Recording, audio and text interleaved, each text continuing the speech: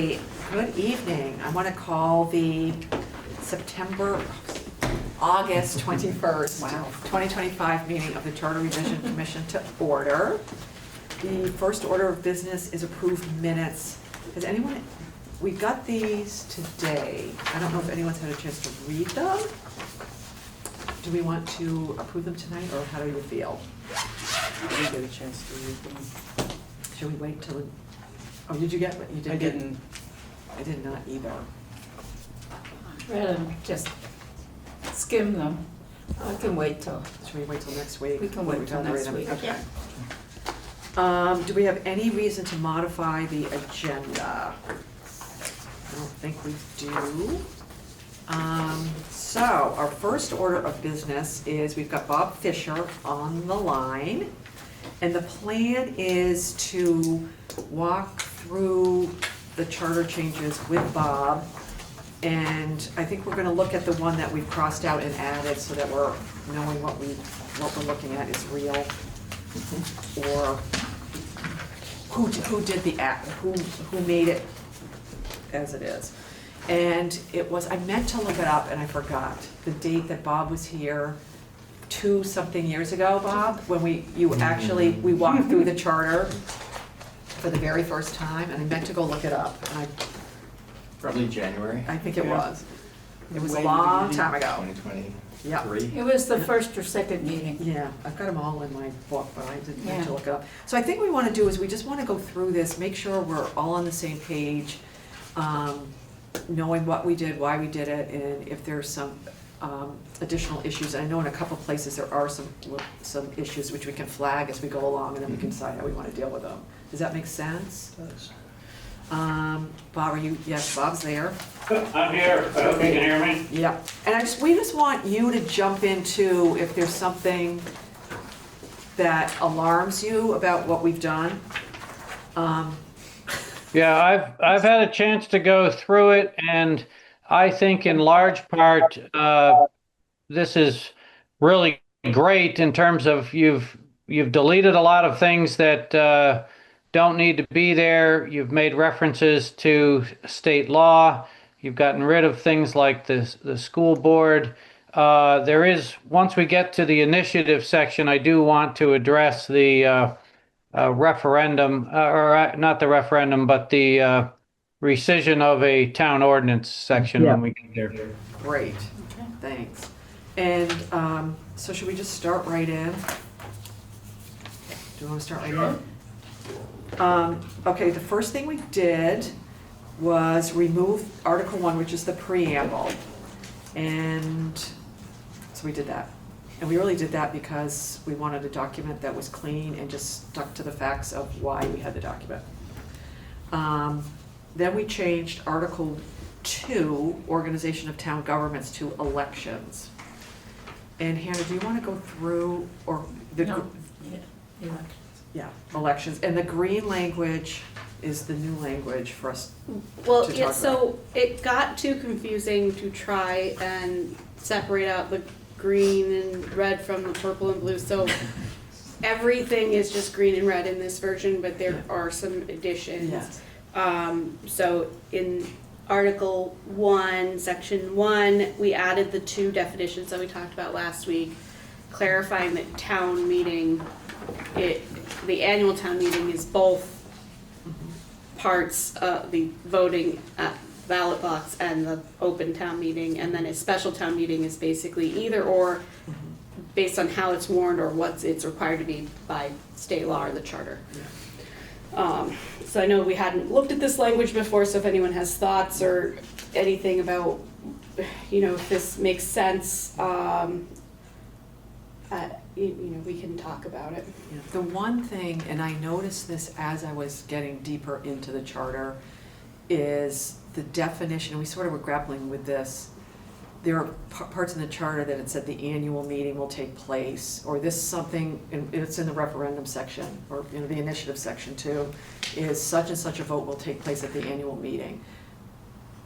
And maybe we just need to keep going and we can talk about it then, but we're not really distinguishing the annual meeting being the meeting where we all get in a room and talk to each other versus the annual meeting where it's voted on with a piece of paper. Do you know what I'm saying? Mm-hmm. And it gets more pronounced that we haven't really made that distinction when we get to these other sections. Mhm. So I don't know if we want to wait till we get to those other sections and then Yeah. have that broader conversation. But I think you're absolutely right, and it would be better for us to wait and deal with it as it pops up in different places. Yeah. Rather than try to deal with it globally, because it's probably gonna Yeah. need different treatment in different places. Yeah, and I think, And- oh, I'm sorry, keep going. I just wanted to make an observation that I appreciate the simplicity as well as the clarity of this. You know, we've all been wrestling with how to talk about the meeting where people get together and get to talk. And just from my perspective, subject to hearing any concerns any of you might have, I like that you're saying the Australian ballot held on the first Tuesday in March and the open meeting of legal voters of the town held on the first Saturday following the first Tuesday. It feels to me like the open meeting is just a very simple and clear way to distinguish it from the Australian ballot. Yeah, So, yeah, And if I might just jump in there too, the other reason it's good to have all of that in one definition is such that when we're warning the meetings, you're warning them both at the same time. And of course, there's a time delay between Tuesday and Saturday, but you should be able to only have to warn both meetings in one warning. And we had done that previously under our existing representative town meeting. There was a section in the charter that allowed the warning of one meeting to include both the elections and the what was or currently is the representative town meeting the third Saturday. So I think that works well how you've done that. and Hannah, there's one little typo that I noticed. In C, special town meeting, Properly. yeah, property. That's the only little typo. Right, so does anyone have any questions or concerns about this part? No. Okay. And elected officers, So the one thing, I don't know if I changed this since the last meeting, but because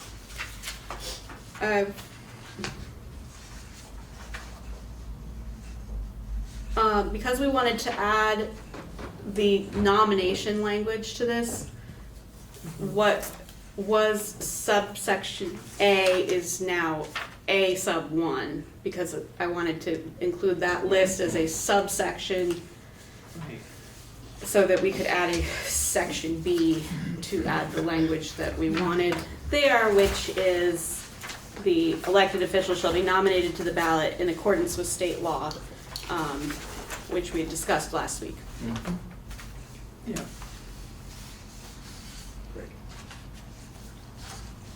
And then on the elected committees section, I know that we had talked a lot about where to put this last week, but I put it in here. I hope it makes sense to just say each year, 5 members shall be elected for a term of 1 year each, and 2 members shall be elected for terms of 3 years each. I don't know that we need any sort of like saving language or transitional language to deal with that first year, but I think it would be like we discussed last week, where you would just fill the remaining parts of those terms. Just as if they'd become vacant Right. in that year. Can you give us a minute just to read it through? Mhm. Thanks.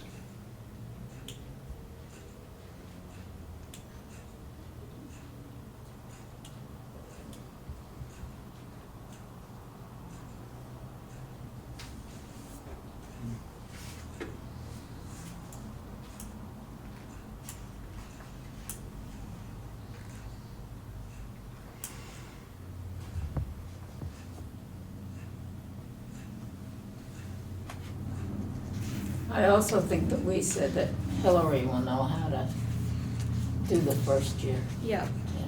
And then the one thing I didn't put in here, but should go in here somewhere, is what we talked about last week about the fact that all these elected officials serve until the end of the open portion of the town meeting. I believe there's language like that in the select board section already, but I don't know if it would be better to take it out of there and just drop it in here for everybody. But I think we can talk about that as we talk about if we want to shift any sections around, but just to note that that will be just a minor edit for the next meeting, but I don't think that's gonna be particularly controversial or difficult language to go over. Because I think the language that's used already for the select board is perfect. You know what I Yeah. mean? So it's like, can you just literally plopped in? Yeah. Because when we get to it, you can see it and it's like perfect. Okay. Oh, David, yes. Hannah, do you have to define when the term begins?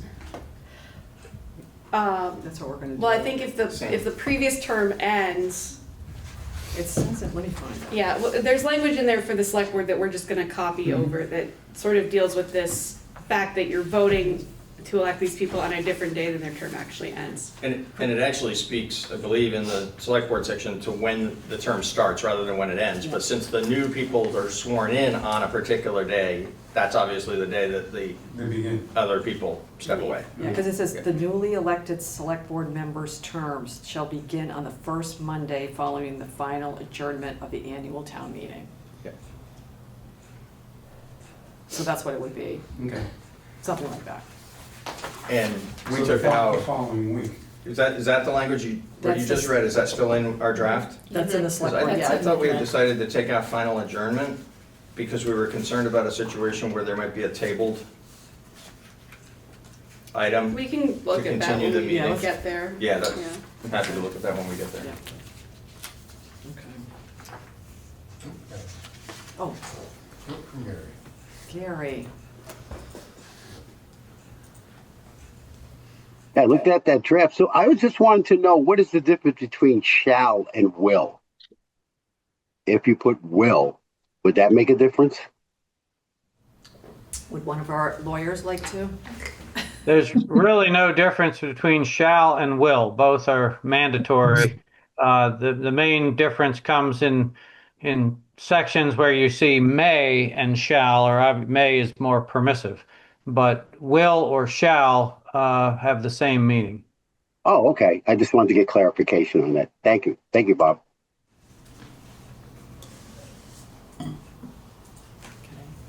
And Bob, just, chime in if you see anything, but we're just gonna sort of skip to, what we haven't approved yet, I think. Sure. So the next change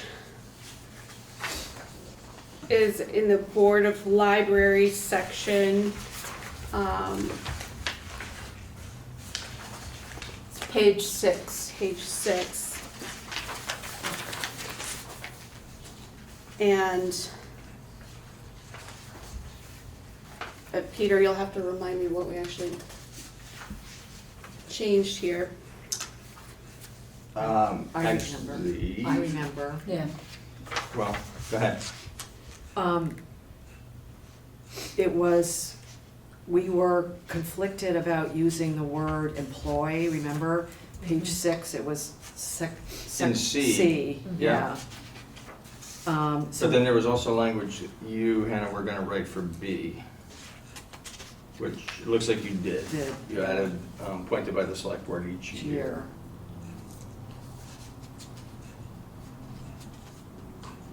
Yeah, yeah, and what I proposed for the, to address the employee question is, Because you put. actually, it's in the section C. It's a- Yeah, that green language, participate in the selection and supervision of a library director, accurately reflects what Right. actually happens.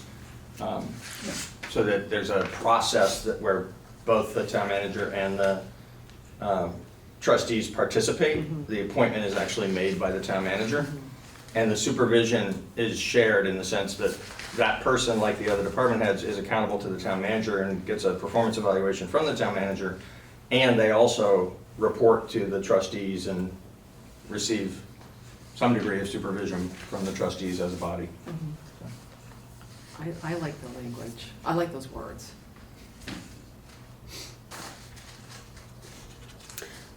So I actually went back and watched the recording of our last meeting to try and see where we landed on this, but I don't think we came to any sort of conclusion on the conflict of interest. Oh, Peter and I had a discussion about that, and I think he thought somebody else was gonna play with the sentence that I presented last time, and I thought he was gonna do it, so we will do it. Well, I think we need to have a discussion about what it's gonna say, because it doesn't seem like we were even clear on that at the end of the last meeting, because are we going to be expanding the scope? And I rewatched it too last night. And I get where, at this particular moment, I totally get where Hannah's coming from, because there are committees right now, and you can tell me if I'm wrong on this, Hannah, and I'm doing this as like a lay person who is trying to understand it. There are committees right now that are not under the state statute, conflict of, or ethics, whatever it is, that don't come under the law. So if we say to, like, I'm just making this up, the tree committee, if we say that the tree committee has to follow the law, well, you look up the law and the tree committee isn't anywhere saying it has to follow the law. So it doesn't help the tree committee in any kind of ethics, code of ethics. That's like Right. a stupid person explaining why saying, you know what I mean? Like why saying these committees have to follow the law, because they're gonna look at the law and it says nothing about them having to follow the law. So it's like this circular thing which is getting us nowhere. That's the question. And do we want to include something that makes it so the tree committee has to do something? I thought we came down as yes, the discussion that we had about the arts committee. Right, but, And- yeah. I think we said we'll sleep on it, Yeah. basically. Yeah. Yeah. We Yeah. never, But we I did would talk like about to the arts hear what committee. Bob has to say Yeah. about it. Well, I was just, and obviously this is a matter, to be discussed and debated among your committee, but your example of like the tree committee or an arts committee of saying the conflict of interest would be according to state law tends to divide it up into mandatory boards that must take certain trainings and other boards that are more advisory that are not required to undergo certain trainings and have certain requirements. So I do think there is in state law the ability to look at that and then make a determination. If you're going to go the route of expanding on state law and requiring that for every town committee, whether it's advisory or non-advisory, that can be debated. But I don't think it's so vague in the state law as to make it so you don't need to make reference to that, I guess is what I'm saying. So are you saying we could say something like town committees need to follow state law? Or does that just bring us to a circle that the state law says they don't have to do anything? Well, I think you can have it where essentially if you didn't have the conflict of interest provision in your charter, you'd be following the state law with regard to it. And given that that state law was greatly enhanced over the last few years, from my standpoint, I think it's workable to do that. It's not my place to say whether you should or shouldn't do that, but I think it's workable under the existing laws on conflict of interest to refer to state law as compared to having it in your charter.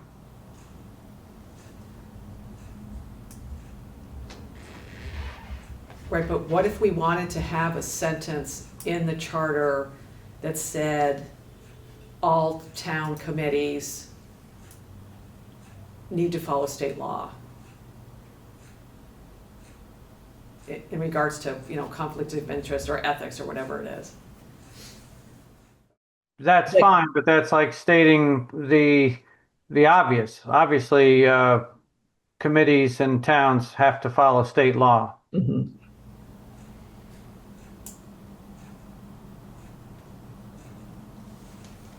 Should we hear from David? Oh, yeah, David Levenbach.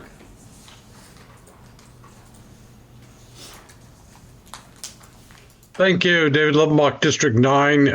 Not unusual, not exceptionally ethically challenged. It's kind of late in the day to try and do all this. An alternative would be to say that all committees shall abide by ethics guidelines as established by the Select Board. We can't say that. With Okay. the new state law, we can't Right. say any, we can supplement it and expand on it, but we can't have something different. Okay, or The state statute supersedes by that. state law and any ordinances or any regulations established by the Select Board, and leave it to them to set the guidelines, additional guidelines as necessary. I would worry, just to respond to that, of one, preemption issues with regard to the state, and then potentially having town select board ordinances would have to be narrowly crafted to be within what the state statute allows. So I'm not saying it could not be done, but it makes it far more difficult to do for the select board to impose what it would then want to be making as ethical guidelines. Best I could do. Now, can I, is the worst thing, if we included a sentence that said, all committees need to follow the state ethics law, is the worst thing about that, it's redundant? I mean, there's nothing bad, but it's like redundant. Do you see what I'm saying? Correct. At least somebody would be referred to the state ethics law by virtue of reading that in the charter. Right. And I think, If and it's it's- not there, you still need to abide by it, whether it's in the charter or not. And I think is your intent having it in there so people like it gives it you guys all have to know this. Yes. Right, so putting a sentence in doesn't cause us harm. It doesn't expand the scope. Right. If you want it to apply to advisory bodies that don't have quasi-judicial or legislative authority, we need to say that explicitly. And I think that's the question, because at least that's what I recall most from the last meeting is, are we going to, in the charter, expand it? Because dropping in a sentence that says a conflict of interest, abide by state law. It is one sentence, 4 lines maybe. I would be fine if a sentence that's clearly stated for those that this applies to is in there, fine. The one that will need crafted though is it going to be expanded to the advisory committees? Right. And we had talked about not wanting those committees to have to write a policy. I mean, that was really clear when I watched it Yeah. again. Yeah. So we didn't want anyone to have to go through and write an ethics policy. Yep. So, I agree with that, and I did not go back and watch it. So for those of you who did spend that time, thank you. And you both clearly said, you looked for where we landed and it didn't seem like we landed in a place, so here we are. I remember having the conversation. I don't remember the end of the conversation. And I'm not suggesting that I wrote down the right thing, but I made a marginal note, and what I've been trying to do for my own purposes is note the things that are changing explicitly, and then where there's something that somebody's going to be doing some work on, just making a note about what they're going to do. And here, the note I wrote was cite state statute for conflict of interest. And that says to me that I walked away from last week, notwithstanding the fact that we had a longer and more complicated conversation about it, thinking that we landed in the place that was the simpler few lines saying, and the one thing I would say that I don't think we talked about, but I do think we should include, we've been talking a lot about committees, boards and committees. that town boards and committees and officers or officials or something, I think we should talk about how the individuals have to abide too by whatever applies to individuals under that statute. But we have to apply or abide by the state law as it relates to conflicts of interest and ethics. So I don't have that sentence because I didn't think I was writing the sentence. Thought somebody else was. But I did think we had come to the place where we're going to be that simple about it. But I think, and again, I was watching this at like whatever 10 or 10:30 last night, and it didn't until this morning occur, like really get in my brain what Hannah is saying is that in order to cover some of the boards or committees we're talking about, we have to expand it. We have to have language that expands that from that one sentence. Am I getting that right? Right, because if you just say you have to follow state law, it doesn't apply to those. So I understand. So Right. So I that's think, the can I thing. just suggest that we vote on whether or not we want to expand it?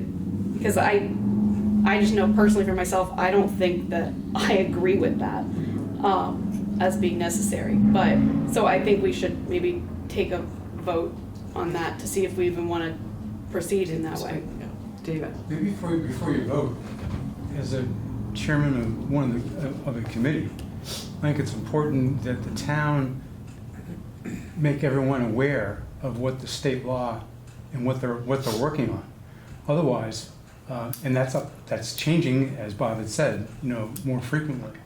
And I think that each, maybe at the beginning of every year, that there be something handed out to all the committees that these are kind of the rules and expectations, because we've had the conversation, Hannah, on the process and procedures for the Human Services Committee, of which a long time has had a definition of conflict of interest.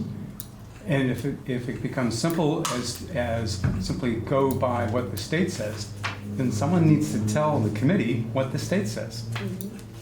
Now, do you want to give us an example, Hannah, or maybe one or two examples of committees that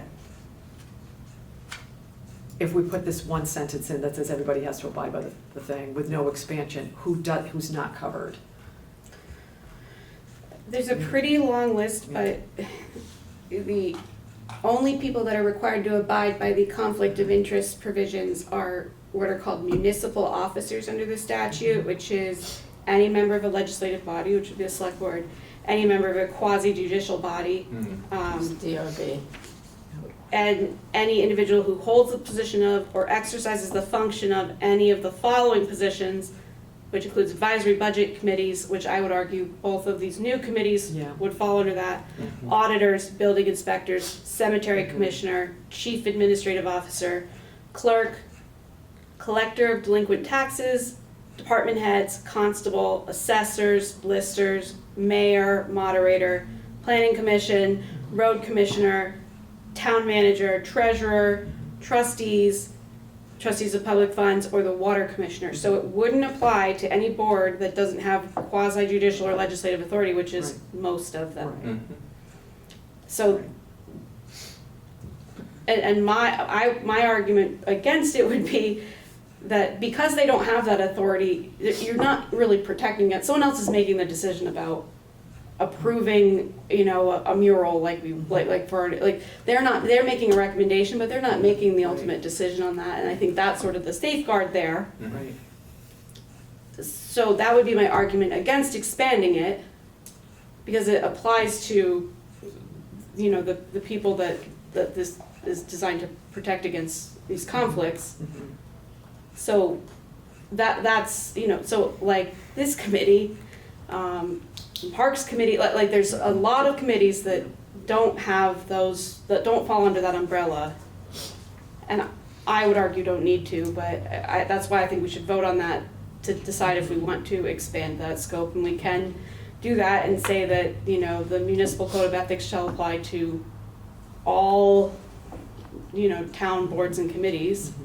And then they'll have to do the mandatory training, and to David's point, the town has to appoint an ethics commissioner who makes sure that training gets done and that everyone knows what they need to do. And this law is new as of January 1st this year.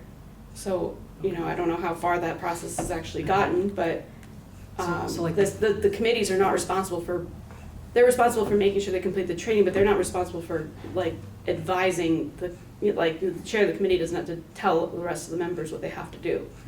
There's someone who's in charge of that.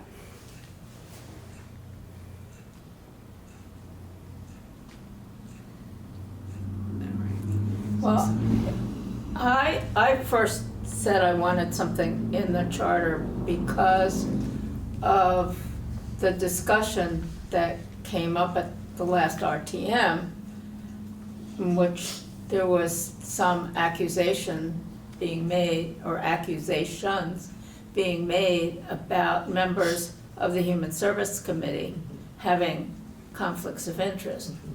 And I think David did answer that at the meeting by saying they had a policy and people recused themselves. But it did come up, and so that's why I feel that we should have some language. Now, whether we cover everybody or we just cover people that need to be covered, so that everybody doesn't have to have training. I don't know if the town's appointed an ethics person. They have. They have? Yeah, it's the HR director. Right, so Maya, you would be fine, you can tell me I'm getting this wrong, you would be fine if we did it and it was language that just dealt with the people that are actually referred to in state law, Yeah. and not expanding the whole thing? Yeah, as long as finance and human services, and you said you thought they were covered. I would argue that they are covered, and I would expect that they would be required to comply with the state law. So, then I just go back to, like, we're sort of just stating the obvious and saying something redundant if we feel like it's really important and we want to drop it in there, but if we're not expanding or changing it in any way, like, they're already required to follow the law. Well, I would argue that we should have it in there, just so people who look at the charter understand that it's important to Brattleboro. Yeah, Peter. Yeah, I think it's a tidy compromise to put the one-liner in. Yeah. And while our general approach has been that we don't want to be just restating state law, and we've, I think, successfully avoided taking statutory language and making it our language. But we have deviated from our norm in a couple of other spots where we thought it was particularly important to call out the obligation in a certain area. Like, we've got some things that we say, and they say, and whatever it is in that circumstance, we also have to abide by the statute and cite the statute in some cases, and in other cases just say state law. It feels to me like a one-sentence statement here around conflicts of interest and ethics that doesn't expand beyond state law but simply refers to it is landing us in that place that's kind of in the center of the different points of view we've offered and isn't inconsistent with the action we've taken elsewhere in the document. Well, we have that language we approved before, that was that, and we can add that back in.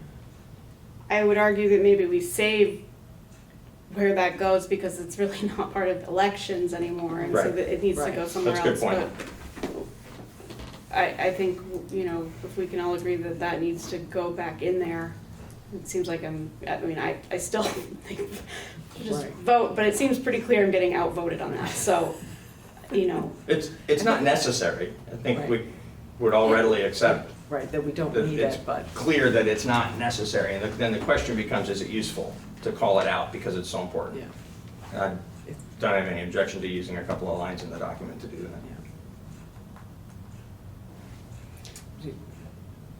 That's my opinion. I'm not trying to say we're done. Do you remember what language we approved? I have it, I don't have it in front of me, but I can pull it up, and it was just like a one sentence like Yeah. that, but I think it needs to go elsewhere in this charter, so we can revisit that when we discuss the restructuring, but. There was a previous section on conflict of interest. That we had approved, yeah, like a one Yeah. sentence. Yeah, but I mean, Not I'm that. not sure. Right, but No, see- we didn't approve this, but I'm just saying there is a section. Yeah. Yeah, So it can be a when I separate had section. done this draft, I had taken it out because of our conversation after that to remove superfluous references to state statute, but I can add it back in. Yeah. Okay, so are we landing in a place where we're gonna put one sentence or whatever that refers, that doesn't expand it, but makes it a point that the people who need to abide by it need to abide by it? Does that sound okay? Or- Yeah. Yes. Okay, Good. and then we'll figure out when we go back through where it goes. And you're gonna do that? Sentence. We already voted and approved. No, I understand, I mean, the location. We're gonna go through that. We're this We're time. gonna do that Yeah. tonight. Great. We're gonna go through all this, then we're gonna go back through it. Got it. Thank you. We're gonna go through numerous times. Okay, So now I think we're on to the, oh yeah.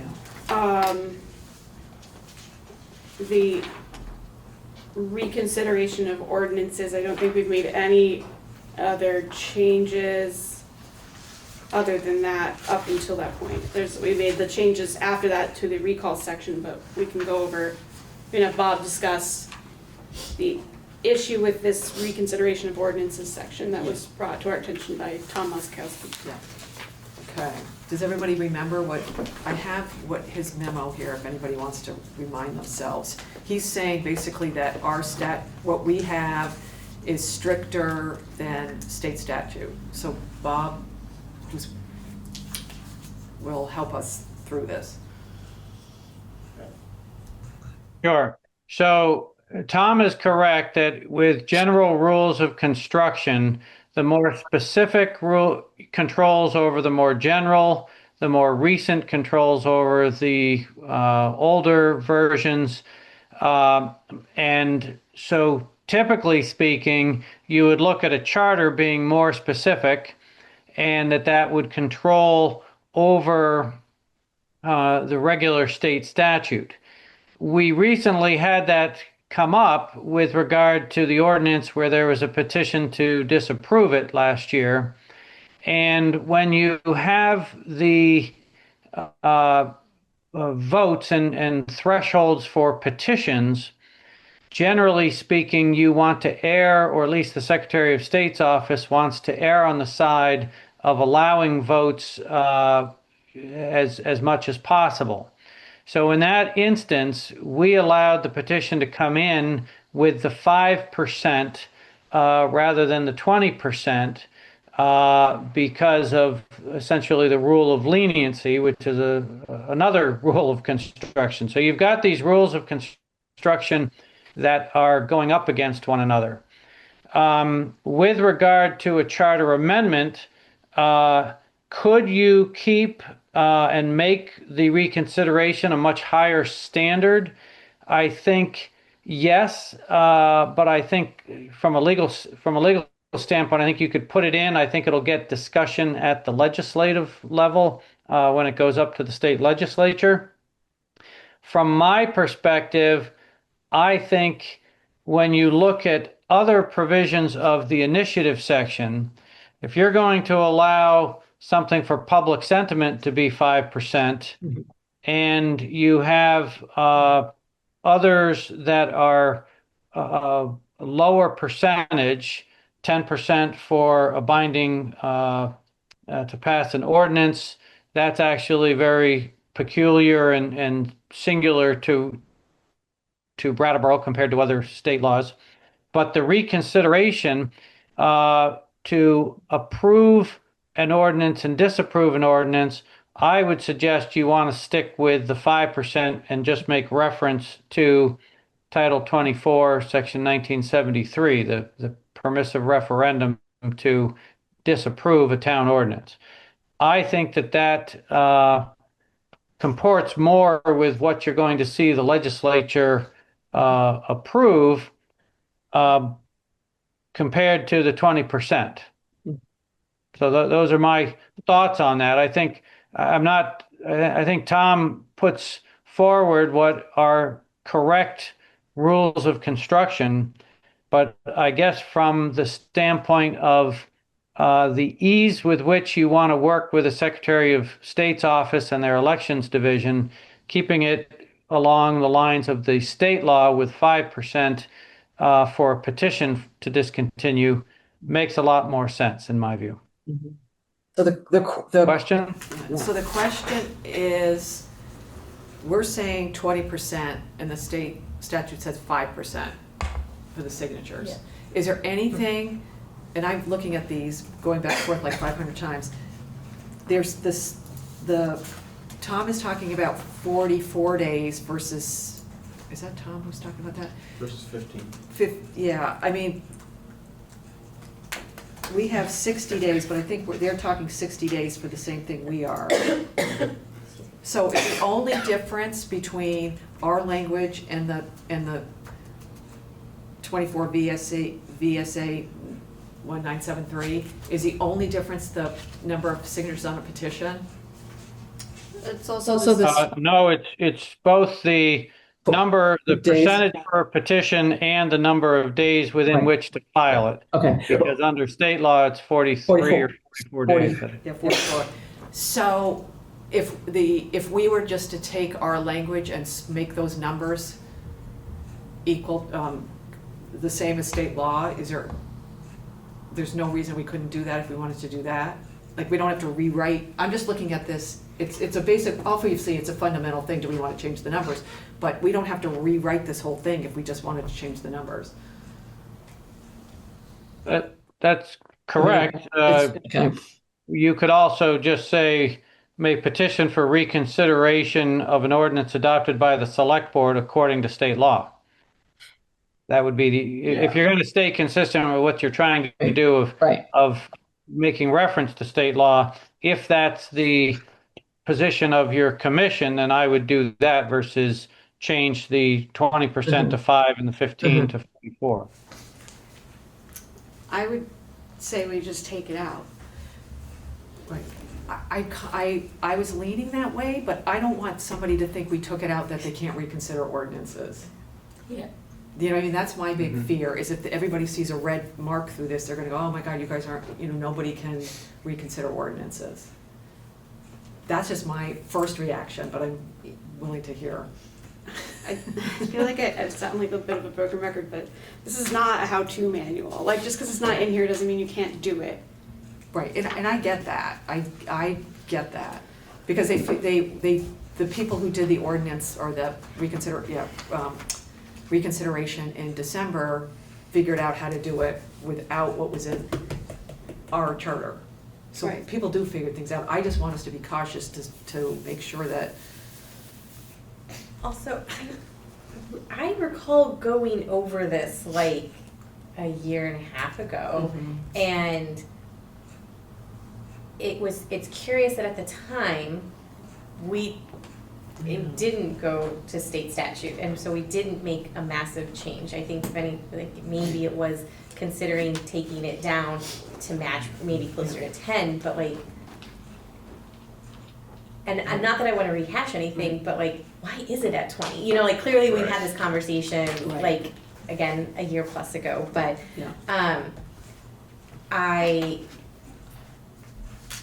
would though say, given that recent activity where it has been enacted, probably a simple line that for the consistency, just to acknowledge that it is still there, it's something that can be acted on.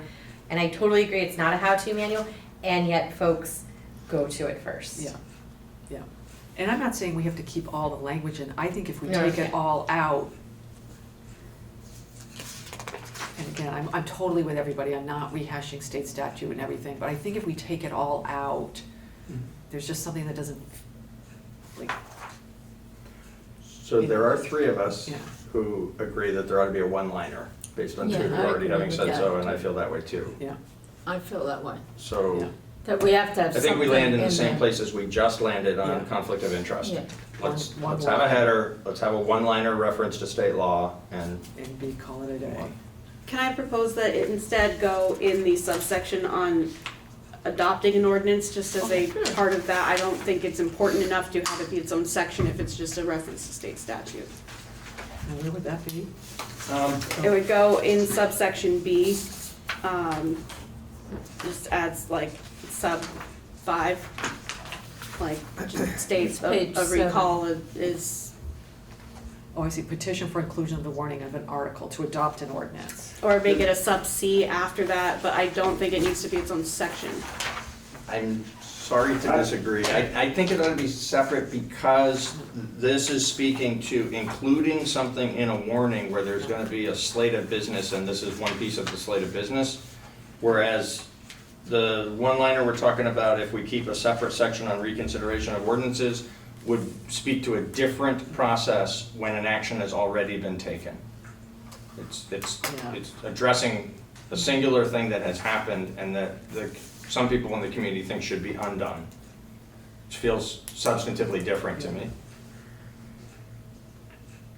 If I could just jump in on that as well, having it at least be a separate section or at least a separate letter, in my view, makes sense because this would apply to an ordinance that is passed by the select board, whether the select board proposed the ordinance on its own motion and did it, or whether it was brought by a petition of 10% pursuant to the section above and then was passed. So the petition to disapprove of an ordinance should apply to both. My worry is that if you put it as just another number in the section above, is that folks may think that only applies to disapprove of an ordinance that's essentially brought by petition, then passed, and then potentially disapproved. In other words, I think I agree with Peter on having that as a separate one. So as C, renumbering it to C. No, or C. No, It was stay section three. It was I think leaving it as section 3 and Got just it. having the one-liner that Reconsider says you can do it in ordinances. accordance with state law. Yeah. Yeah, and get rid of So it. sorry, it could be a D? No, it'll stay No, section got it. 3. It'll stay the same as it is, section 3, reconsideration of ordinances, and then it'll just have that one sentence, Okay. and we'll get rid of everything else. Okay. We thank Tom for pointing that out to us. Okay.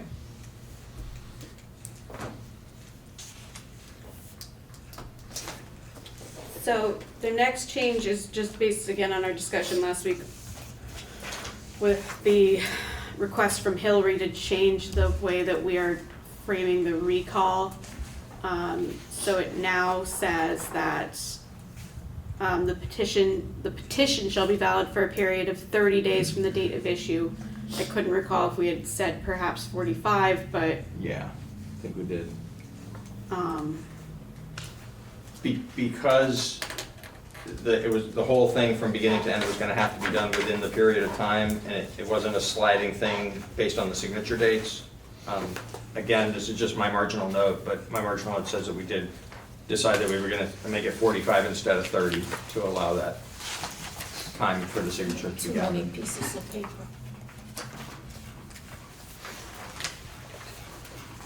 I think we did 2. I think we did 2. Because Hillary we thought 60 was too much. I wrote Yeah, 45 that's as my well. recollection too. Yeah. We talked about 60 and came back to 45. Yeah. We were bargaining.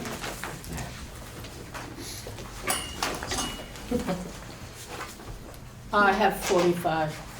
Okay. I finally found it. so is everyone otherwise okay with that change? Yeah. I think so, yep. Okay. We're moving past some sections that make some of those generic references to annual town meeting that we're probably gonna need to come back to and look at carefully. Not trying to make us stop and go to them now, but just flagging that Yeah. we'll need to come back to them later. Yeah, I flagged it I too. just would suggest that the way we frame the definitions, it solves that issue. That was the intent, at least. Well, Except, there, it's, yeah, well, because I was looking, and we say, well, we just crossed out one of the things, but, well, in that thing that because we're on page 8, like, under the reconsideration of ordinances, if we had kept it, it says, shall place the language of the petition for reconsideration on the warning for the next annual town meeting.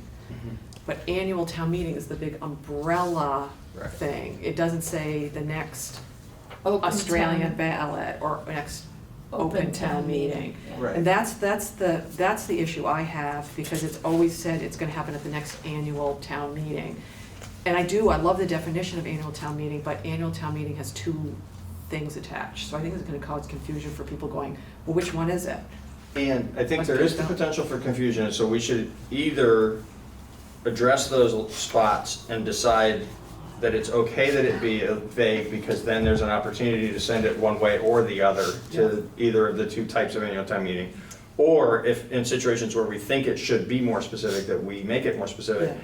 And I think there's going to be at least a few places where we have to make it more specific. And one that popped out to me is at the beginning of Section 2 initiative, the A1 regarding a petition of 5% of the voters.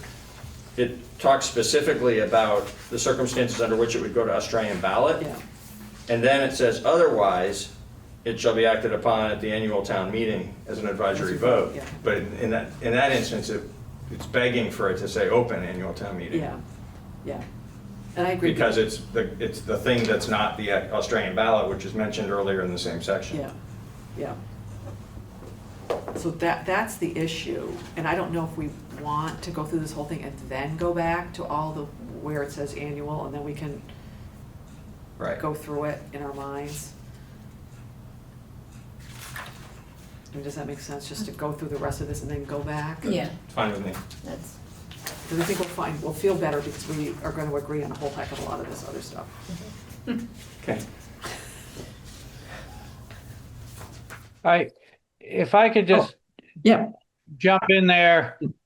I agree, Peter, that with regard to that first section, it does say Australian ballot, and it's, a petition for an advisory vote has to state that. And perhaps what I'm suggesting would be to take that out and then let your Australian ballot statute control. Because if you don't have that, then anything that comes in, the default rule by statute is that Australian ballot does not apply unless you vote to have it apply. And I don't want to have this meeting today get sidetracked into a whole discussion on Australian ballot, because you've been dealing with that, and we've got petitions that are going around with regard to that. But you can let Title 17, 2680, which is the Australian ballot statute, work, and with the definitions of just annual town meeting. Yep. Because if there is something and it goes to an annual town meeting and you've not voted to do something by Australian ballot, then it's going to go to an open town meeting. And so that would be how you vote on whatever particular issue that comes up that you're trying to distinguish these, in every instance where it says annual town meeting. So if it says annual town meeting, by default under the statute, that's going to be an open town meeting unless there's a vote otherwise, or a charter amendment, depending on how those petitions come out. Yeah, but. I'm all for that. I think that it's helpful that the state has addressed this in such a detailed manner that understands that there are, especially since we would be shifting away if this gets approved from representative town meeting to open town meeting, we're going to have the kind of two-type town meeting that the other communities in the state had just under statute. So that feels perfectly fine to me and keeps our document simpler and more straightforward, which is one of our goals. My recollection, however, is that we had already taken that language out and that it had come back in either last meeting or the meeting before based on a recommendation from Hillary. So I just want to be careful that before we're done with our work, we circle back to Hillary and double check on that question and make sure that between town attorney's office, town clerk's office, and this commission, that we're all on the same page. What are you saying that Hillary? Are we talking about the one thing that, The initiative The initiative piece, one. we had in a prior draft, in fact, the one that we were looking at last time, Page 7. section 2A1 on page 7, it was all stricken. It was all read and stricken through, starting with if it is desired. And Hillary asked us to put it back in. Hillary had asked you to tell us that it needed to go back in. So my marginal note here says, put this back in, Hannah will draft language. And so we were gonna already land in the place Bob is now advising us to land. We were gonna land there based on our own sensibilities. I think we're getting good advice to, come back to that outcome. And we just wanna make sure that Hillary understands what we're doing and why we're doing it and gets a chance to offer us a trap door that we might be overlooking. Just to be clear, that wasn't something she requested. She just had noted that we took that option out. She isn't advocating for it to be in there. Well, I misunderstood last time then. I thought we were putting it back in at her request. And we're only right now talking page 7 initiative. Correct. Right, okay. And Bob, did you want to say something? Well, I was just going to say with that under Article 3 Initiative, Section 2A1 that Peter's brought up, that in and of itself is a bit of an anomaly in the charter because it talks about advisory votes to reflect public sentiment on what can be even frivolous matters. Because you have the language in there that the select board shall not deny the petition or refuse to put it on the warning for any reason other than insufficient signatures. So there's a long history as to why that language was put in there, but the history has been if people want to take the pulse of the town of Brattleboro on some public sentiment type issue, they want to say, is that going to go to an Australian ballot or is that going to go to what would be an open town meeting? So because that's an anomaly, it could be that that's why you want to have that one section refer to if it's going to be by Australian ballot, state that specifically. My point is that under Section 2680 of Title 17, if a town is going to vote to act on public questions by Australian ballot, then any petition that comes in to reflect public sentiment on a public question would then be by Australian ballot. So you let your Australian ballot statute actually work based on the will of the people. All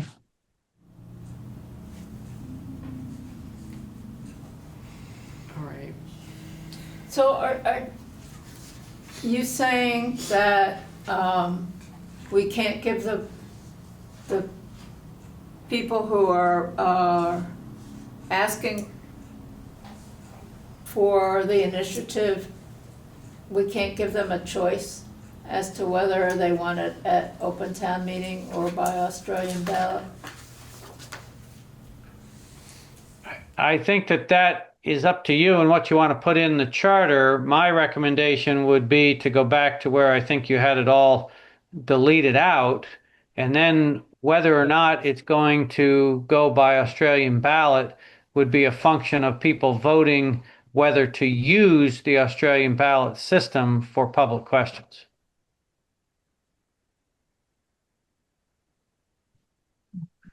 And of course, with Section 2680, you cannot vote to use or not use the Australian ballot system at the same meeting that you're voting on a particular issue that you want to vote on that. So it's a two-step process there. Thanks. Is it the case that all three, there's three sections to that, three subsections to that Section 2 initiative? Petition for inclusion in the warning article to reflect public sentiment to be advisory only. And B, petition for inclusion in the warning an article to adopt an ordinance. And C, petition to bring a vote of the town, to bring to a vote of the town a proposed amendment to the town plan, zoning bylaws, or subdivision regulations. Are all three of those things addressed in the statute that you've been citing?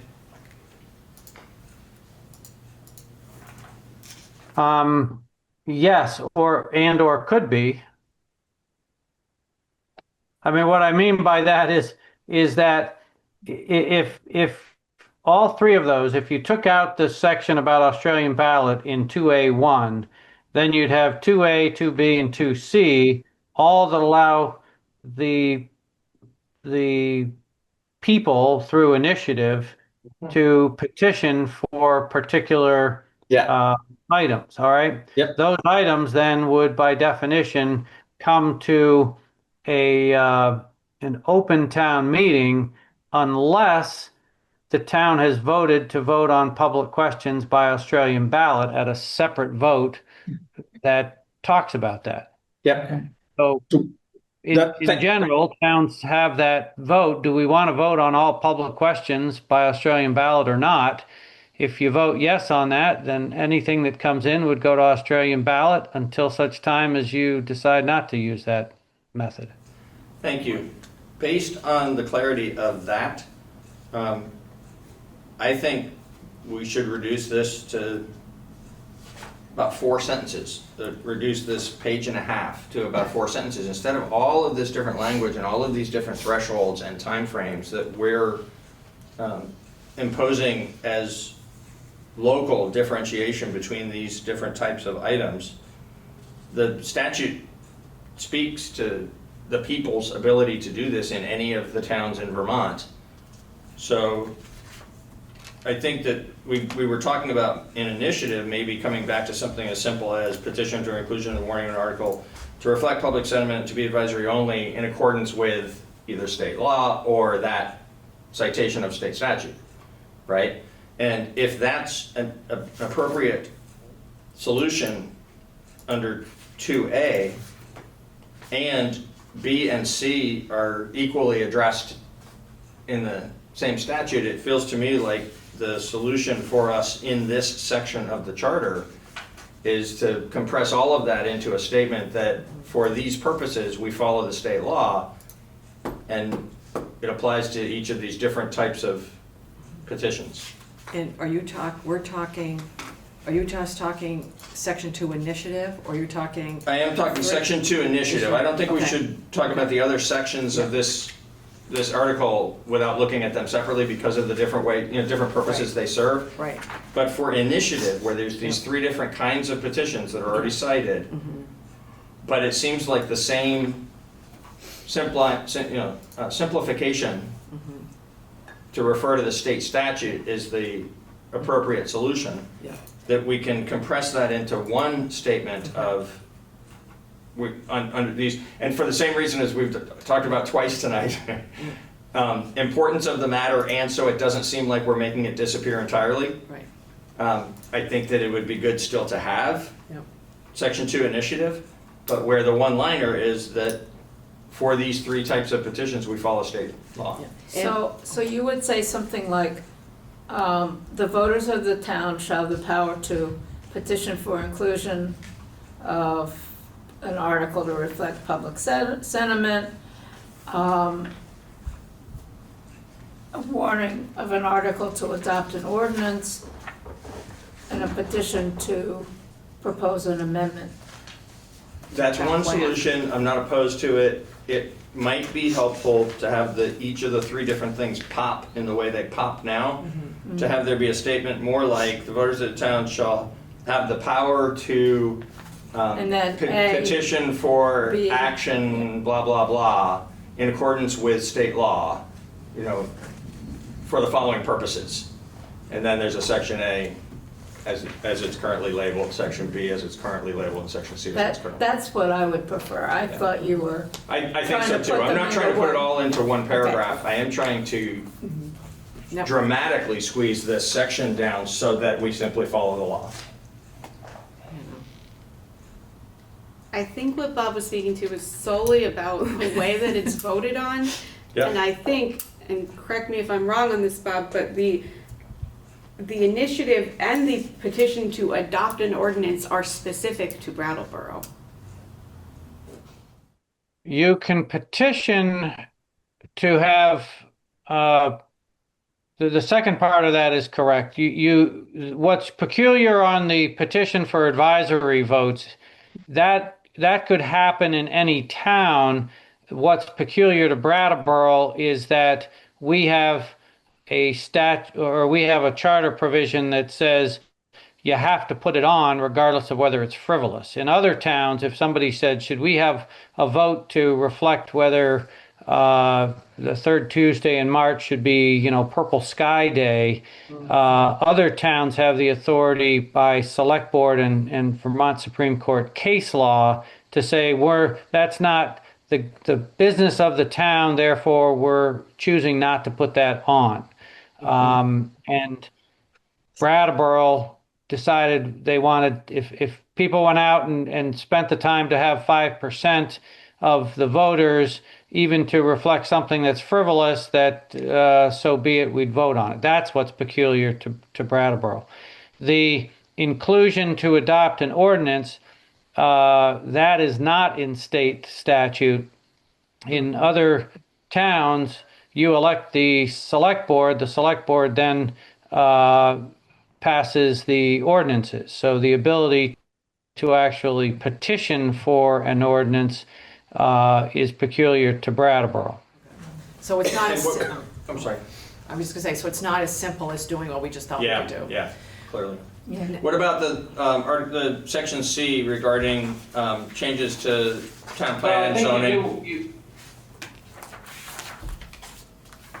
I would say the same thing. I think you want to still have A, B, and C. I think it's just on how it's voted, whether those votes are done by open town meeting or Australian ballot. That part I would just leave to state statute.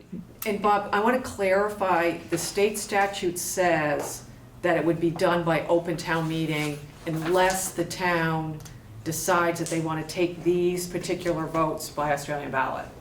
Do I have that right? Right.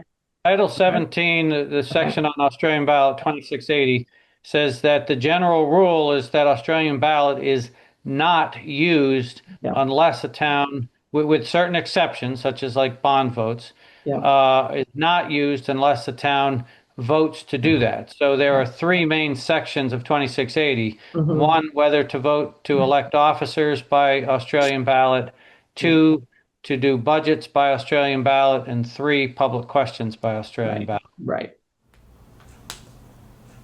So if we say nothing in here, but say refer to state statute, then it's going to be done by open town meeting unless there's a positive action to do it by Australian ballot. Correct. So if any of these sections simply said, we'll hold a hearing and then it gets voted upon at the next annual town meeting, that annual town meeting would be the open town meeting unless the town has previously voted to take that type of a vote by Australian ballot. Question. Joy. Is it possible that the petition asked for it to be done by Australian ballot, not open town meeting, so then it goes straight to Australian ballot because it's part of the petition? See, that's what number A1's or But I'm A1 asking says. without that stated here. It would travel under state law, so the whole town needs to act on Australian ballot. That if the legislature were to approve it, I think there's the argument, as Tom Ozakowski states, that that's more specific than state law, and you could, if it were passed that way, I think you could make that argument. The reason why the statute has a disallowance of voting to use Australian ballot at the same meeting that you've got a topic coming up on is to avoid we want to vote on Australian ballot on this topic, but we don't want to vote on this other topic by Australian ballot, and having that be a choice every single meeting. Now, if it came in by petition, what you're stating here and the way 2A1 has historically read does allow the person to state whether it's going to be Australian ballot or not. And then when it comes into Hillary's office, that's the way she proceeds. So I think legally it's possible, but it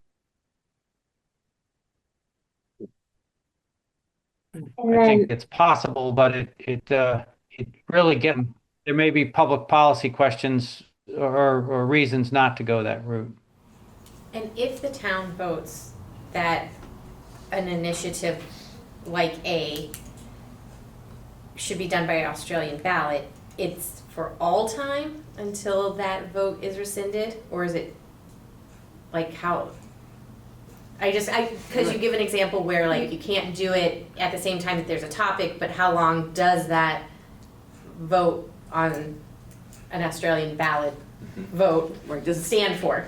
It's basically a separate vote so that it's sort of generic and non-specific to a certain topic for the reason Bob was saying, so that you can't just like selectively pick and choose which ones are being done that way.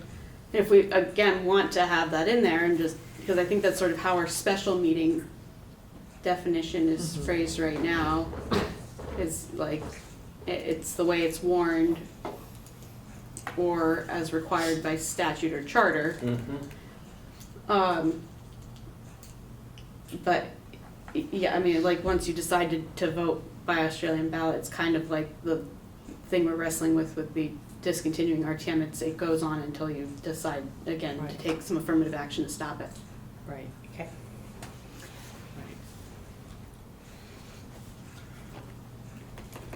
So, with apologies for speech I made 10 minutes ago about how we could make this simple, strike that, as the lawyers say in court.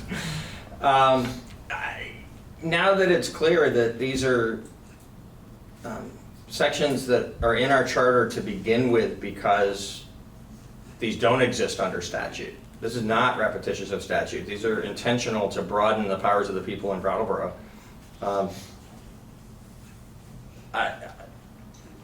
We're correcting a couple of spots where we found flaws.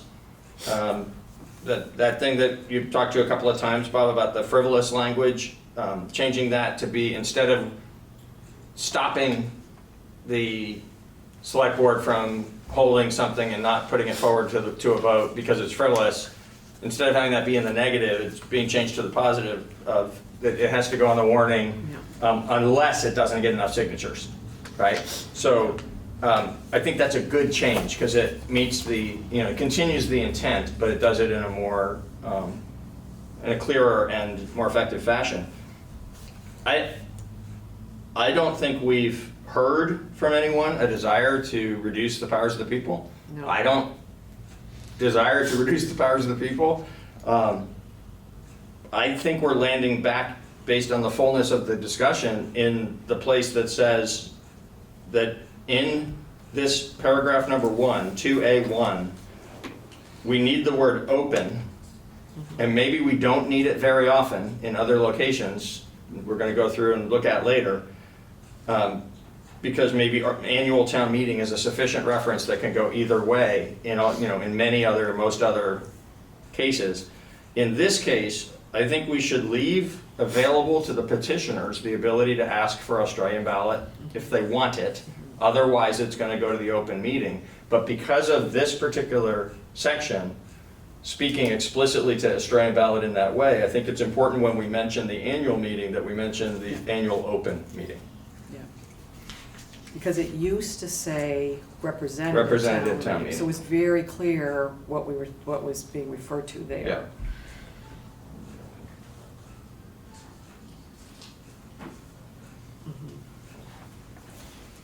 Can I read what I think it's going to say? Sure. Such petition shall be signed by at least 5% of the voters of the town and shall state that it is advisory only. If it is desired that the article be acted upon by all voters of the town by Australian ballot, the petition shall so state. Otherwise, said article shall be acted upon at the annual open town meeting as an advisory vote. That's what I think it should say.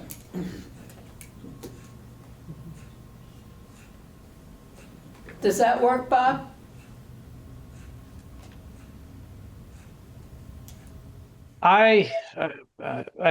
It can work. If you're leaving in the part about Australian ballot and a petition stating that, I think that you just need to say annual meeting, because as compared to a special town meeting called for that purpose. I think, and that's one of the things Hillary was just trying to make these all on the annual meeting. But it would, by definition, at an annual meeting, given the rest of your language there, you wouldn't have to, you would, sorry, you would know what you're doing based on the fact that it's at an annual meeting, you see? But the annual meeting is going to have both parts. Right. An Australian ballot part and an open town meeting part. So if they haven't selected the Australian ballot part, It's going to the Australian ballot option, then it would go to the open town meeting part of that meeting. Right.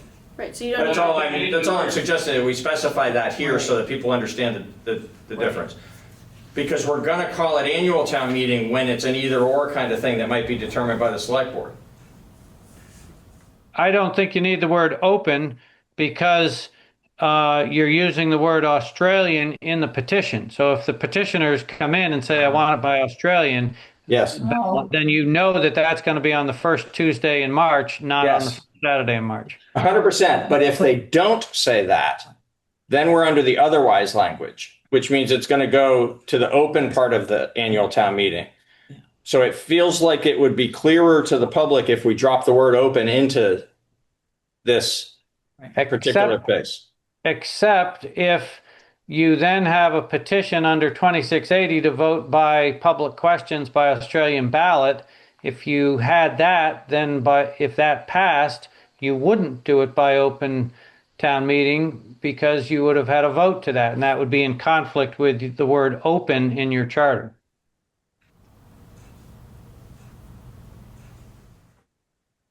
It's implied that it's the open meeting because that's the only alternative to the ballot. Is part of the wrestling because an Australian ballot can happen at open town meeting? No. No, for Okay. me, it's more just that we're going into this. It's really not the new world, because we've always had the two parts, but nobody's ever thought about it as being the two parts. Or we've thought about the two parts as being not part of a whole. So there's been like, you go to vote on town meeting day, and then there's representative town meeting. In fact, those two pieces have always been part of our annual town meeting in Brattleboro, but people haven't thought about it that way.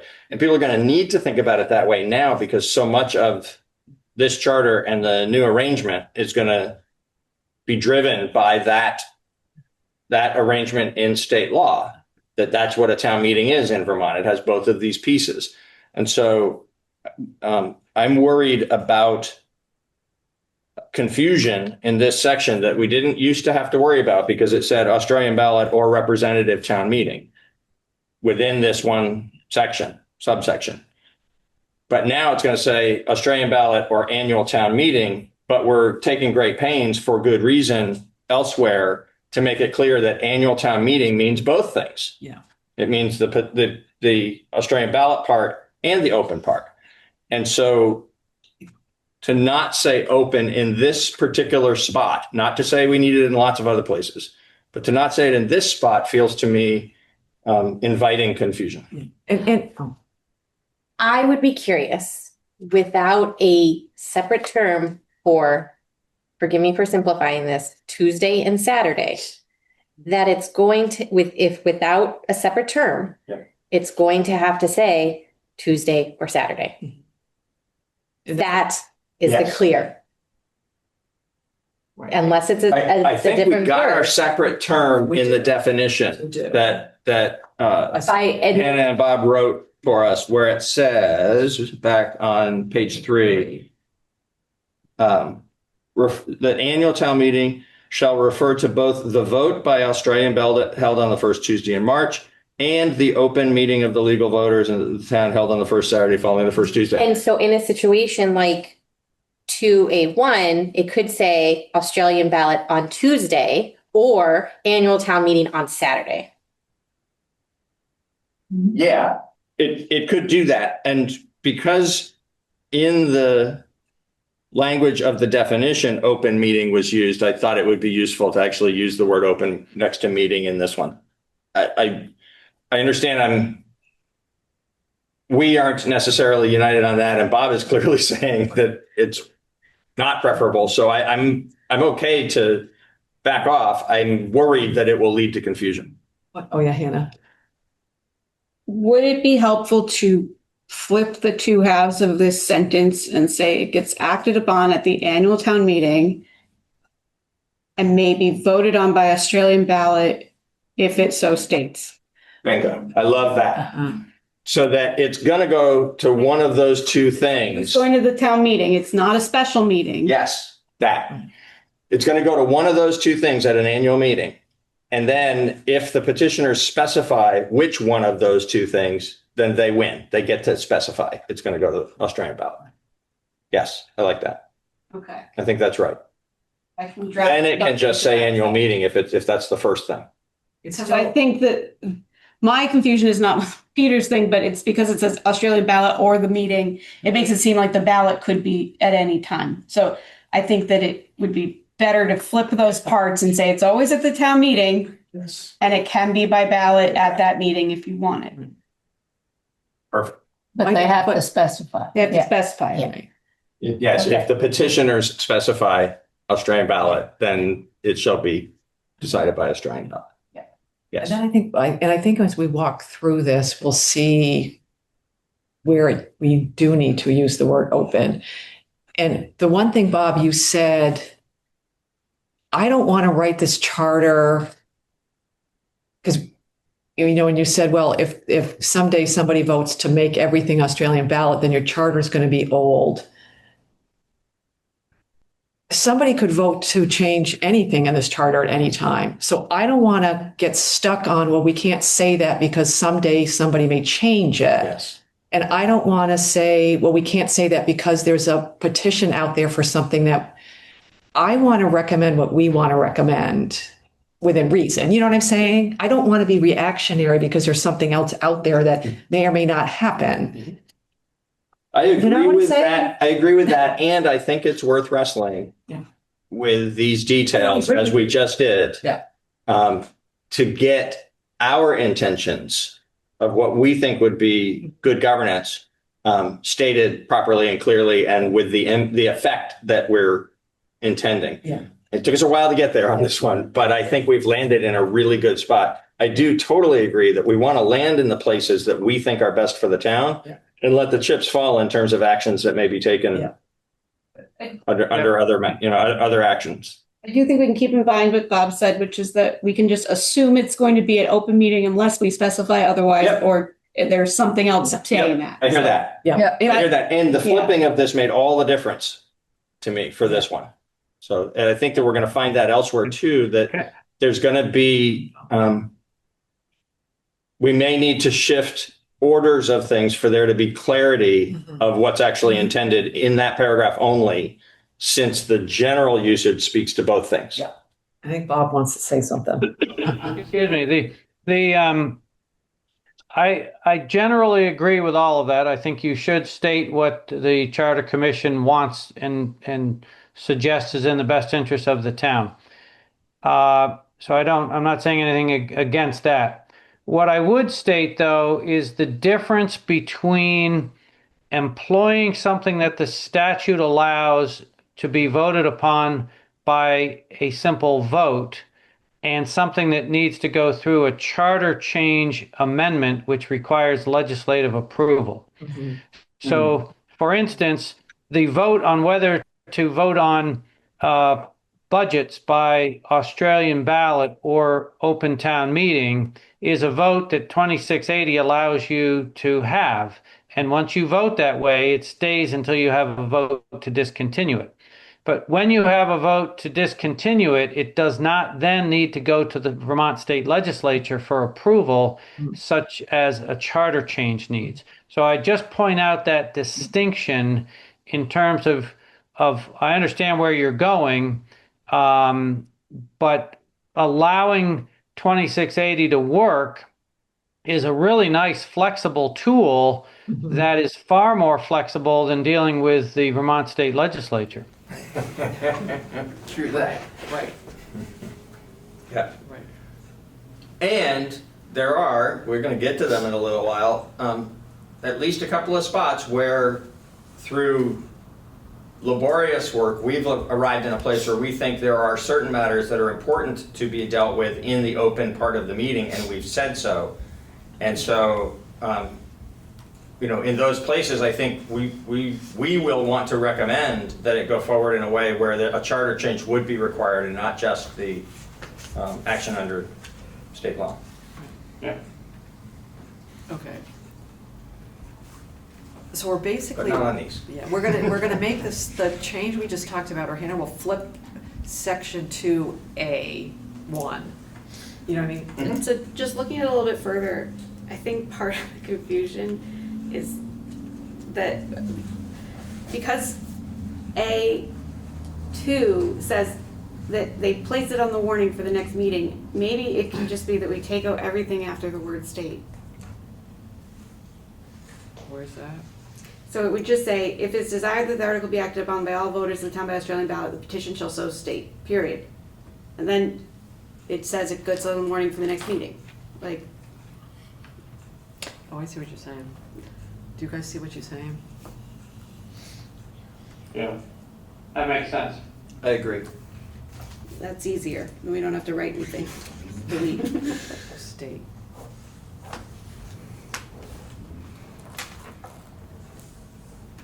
Addition by deletion. Yeah.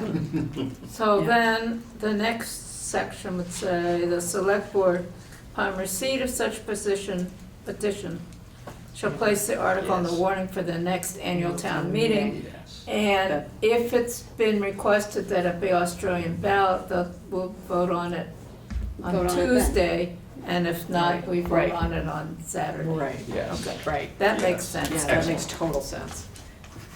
Oh, that is good to Good. hear. I don't have to.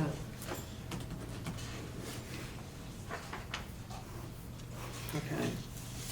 All right, and so the other ones, now that based on what Bob told us about B and C, are we okay with how, just leaving those like they are? I just want to note on C, we had talked last time about sort of like scrunching some stuff together to make these sort of redundancies come out. Yeah. But on C, there's actually two steps because it's the planning commission and then the select board. So we had to leave those separate in that one instance. But I consolidated it in the other sections like we discussed. Great. Thank you. All right.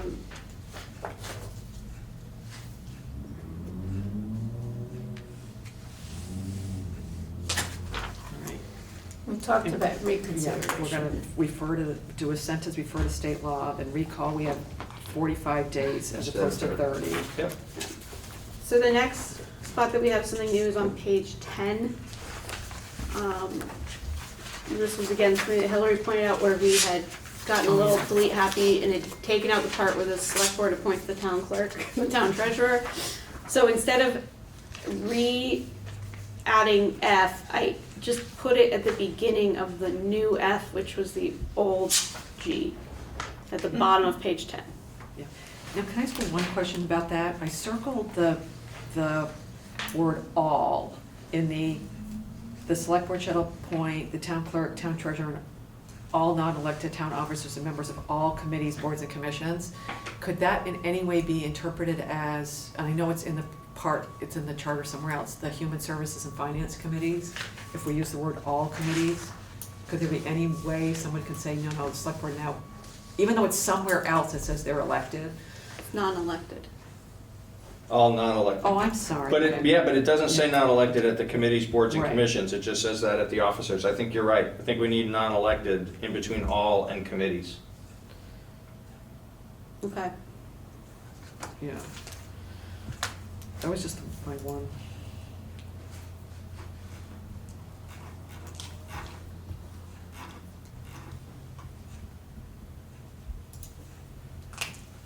Gets so I can't read my I notes. know. So we're otherwise good with that language. Yeah, I Yeah. thought it was good. Just a really picky question, sorry. Because we're now naming the town clerk and the town treasurer positions, it feels like we ought to have an other after all and before non-elected right after that. Appoint the town clerk, town treasurer, all other non-elected town officers Mhm. and members of blah, blah, blah. Since they also are non-elected town officers. Mhm. See what I'm saying? Yeah. Mhm.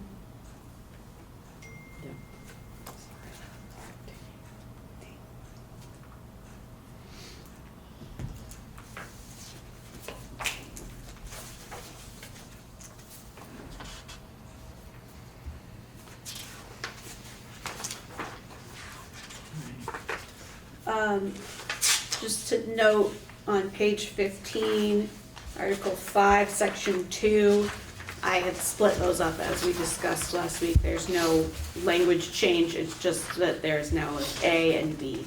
And this is under Finance Committee. Yeah. Yep.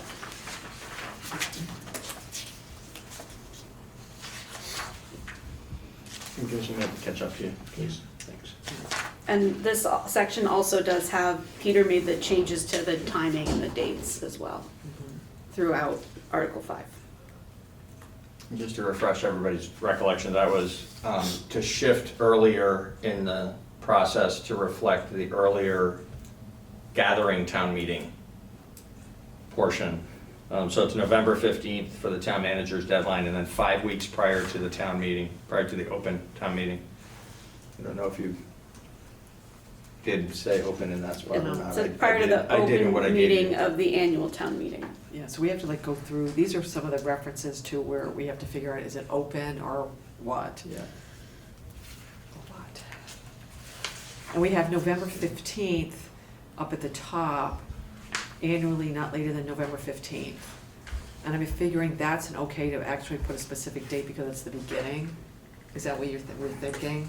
I'm sorry? Oh, on page 15? Yes. Under finances, section Yes. 1 budget? Yes. It goes annually not later than November 15th. Yes. I'm assuming that's okay because it's like the first day of the countdown. That's exactly right. Yeah. That's where we landed, and I believe is also correct, that, yeah. Yeah. We can define that date. It doesn't need to be tied to when the actual meeting is gonna be held. Yes, But like as we the get other closer ones. to the actual meeting, we need to be mindful of the window of Yeah. time.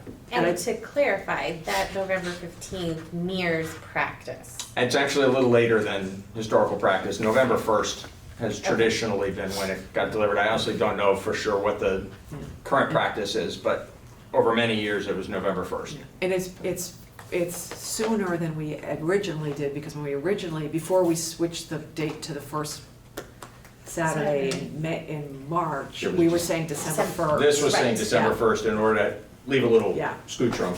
So I believe the November 15th still leaves a little scooch room compared to November 1.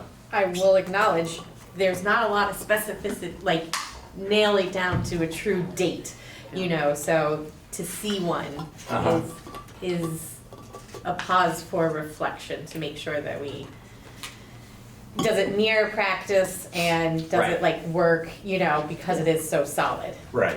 So it is still meant, not quite as much as originally for the reason that Kate just mentioned, but it is still meant to have the deadline be on the later side of what would ever have been normal.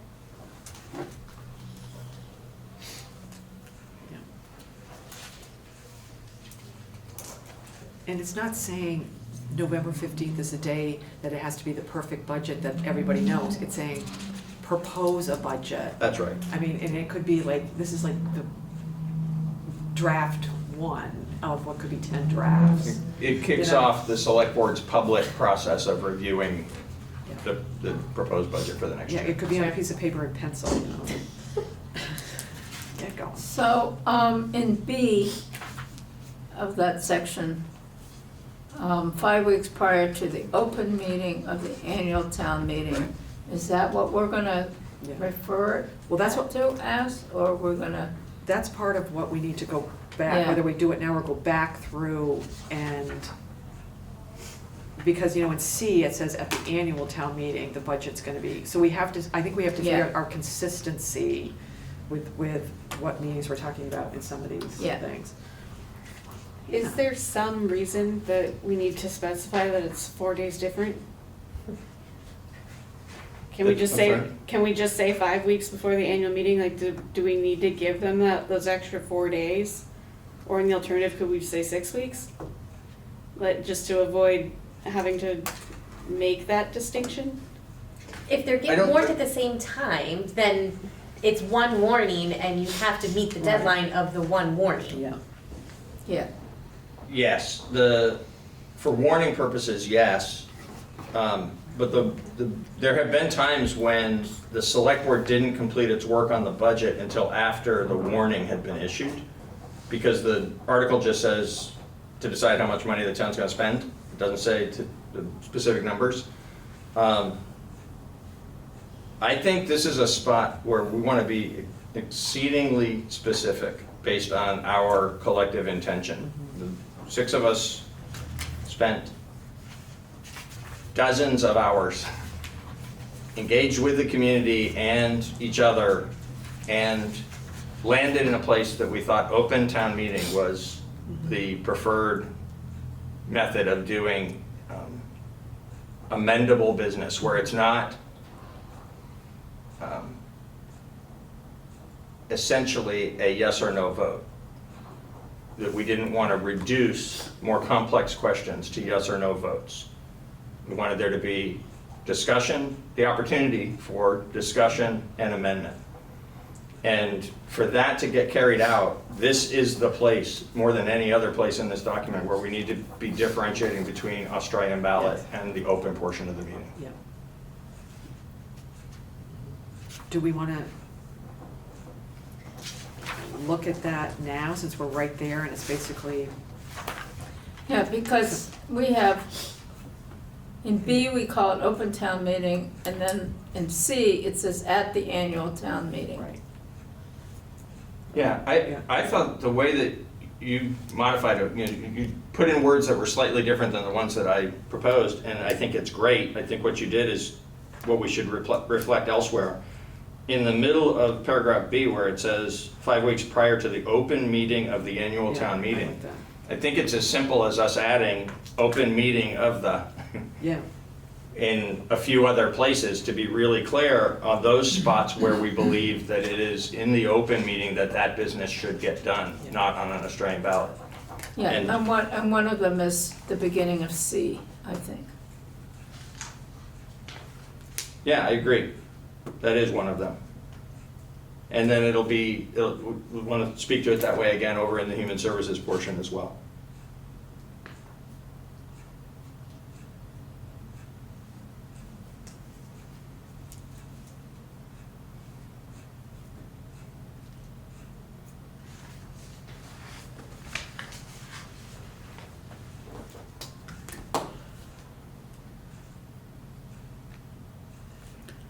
Also in D, well, if the budget is amended at the open town meeting. I'm agnostic on that change because it's going to flow out of what we've already specified in B and C Yeah. as being the part of the town meeting where that happens. I'm happy to go either way, wherever the sentiment of Yeah. the group of you is. I was just looking at consistency, that's all.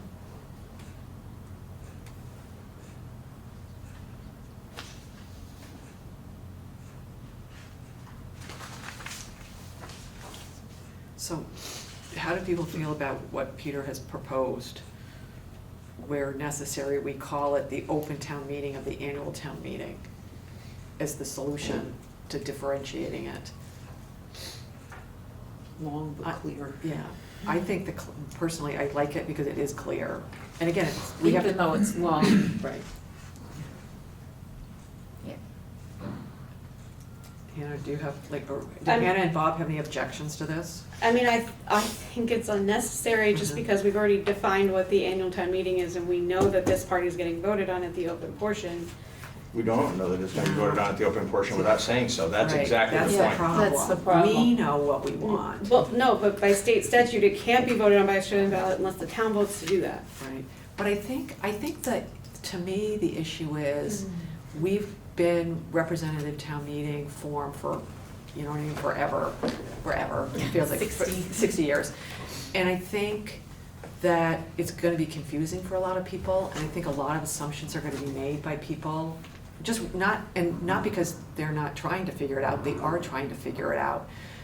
And we know, and like, people who sit here and watch us all the time know what the intention is. But I think that when it comes down to it, we have to be as clear as humanly possible, because lots of people aren't gonna go and know, like, oh, there's section 268 and VSA 17 that says things are done by open town meeting unless we vote otherwise.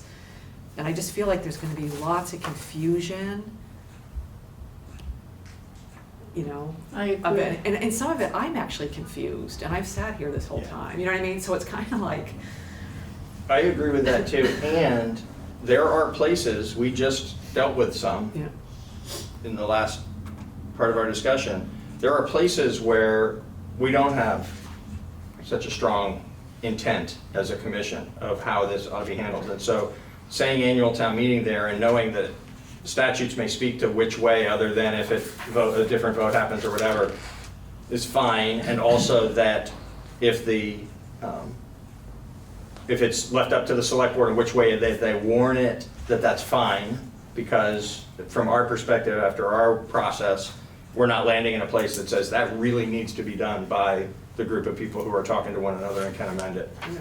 But we did land there on the budget, and we did land there on the human services piece, and it feels to me like we need to be really crystal clear about Yeah. those two. Because I can, Bob. I'm listening to your discussion, and I understand the viewpoints here. I don't think that being specific to open town meeting when you're talking about the adoption of the budget as compared to just saying annual town meeting, I don't think it needs to be there. I understand why you're wanting it to be there, but from the purpose or from the perspective of this charter change going before the legislature, that's probably going to occur after next year's annual town meeting. So based on at least one petition that we know has been filed, there's going to be a vote on the Australian ballot part. And I entirely agree with your commission. You shouldn't be trying to make these recommendations in a reactionary manner, but there's a petition that's been filed, so we're going to have to deal with it. So if you put in the words open here, and that petitioned article gets voted upon and it goes the Australian ballot route, then simply the word open would be taken out in these areas. Right. Yeah, That's- so yes to that, but also there could be the outcome where both get approved and the legislature has to settle that question. And so the legislature would settle that question. And it feels to me like not being explicit about our intentions leaves both a lack of transparency to the public and a lack of transparency to the legislature if we do get to that.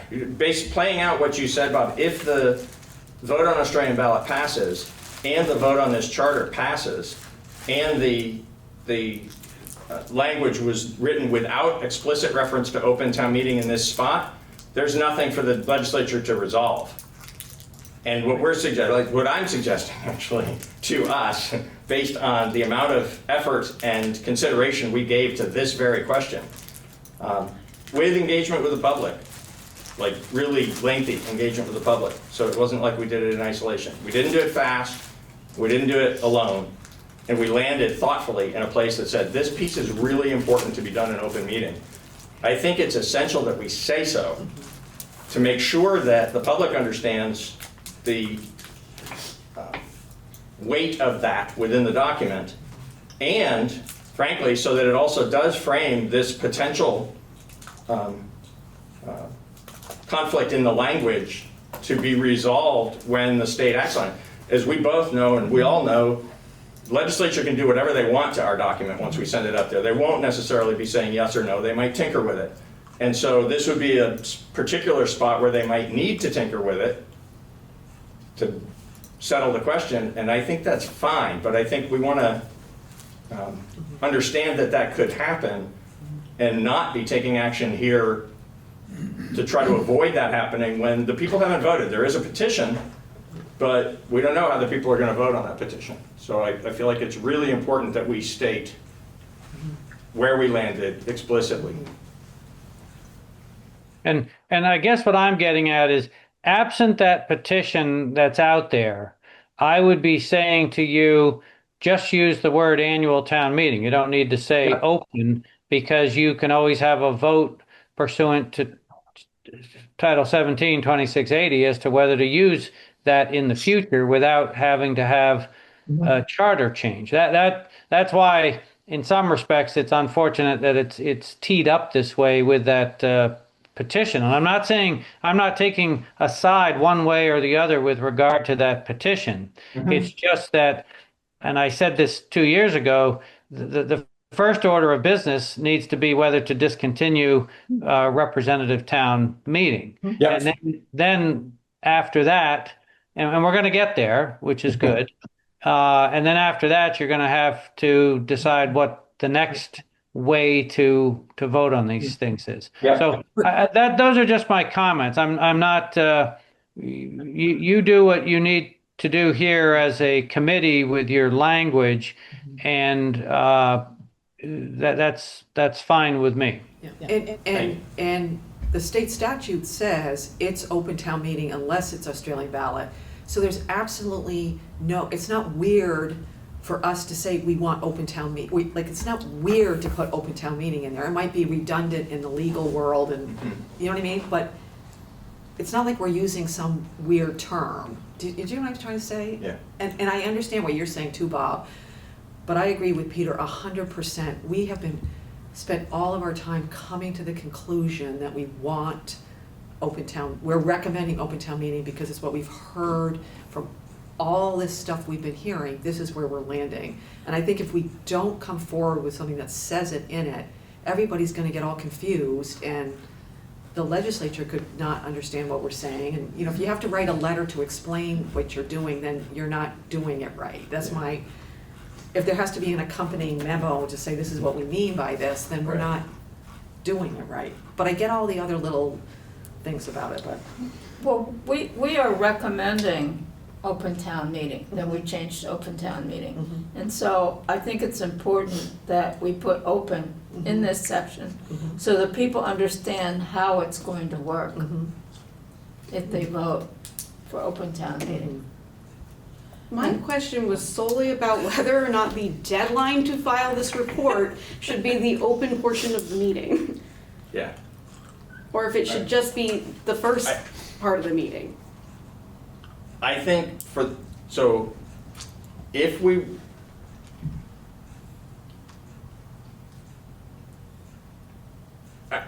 it's clear from Bob's advice and yours, not just tonight, but in previous occasions, but you know, very clearly in terms of this discussion, that it's unnecessary to say open.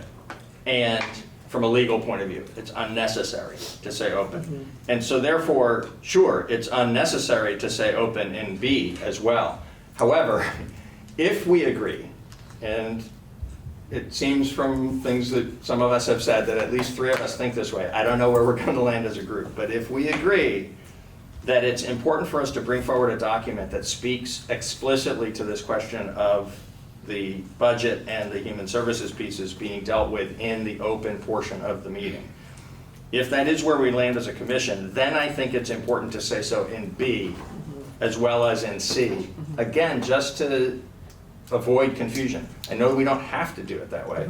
I feel like it's I best that we do it that way for the clarity of how those two things line up. think Hannah's question is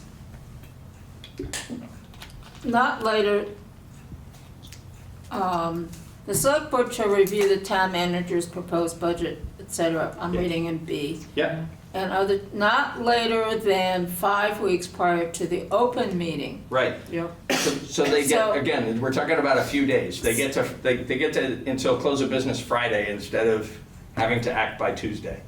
And I don't think that's a meaningful difference. I think that it is meaningful to have parallel structure in B and C Right. to reinforce the point of the recommendation we're making to the community. I think I asked, and maybe it wasn't super clear, but if the annual meeting is both portions, by definition, are warned at the same time because it is one meeting, Yes. it doesn't, like, again, so it doesn't need to be said open town meeting because one warning. One warning, but the budget recommendation is something separate from approving the warning for the meeting. That's back to that language thing. The warning for the meeting, when it speaks to the budget, just has an item in the warning that says to approve how much money the town is authorized to spend. Something, those aren't quite exactly the words, but it's that short and simple.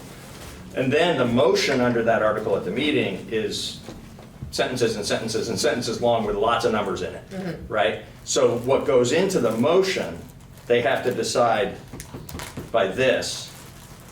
Okay. Okay, because that's when they've decided on the budget they're recommending.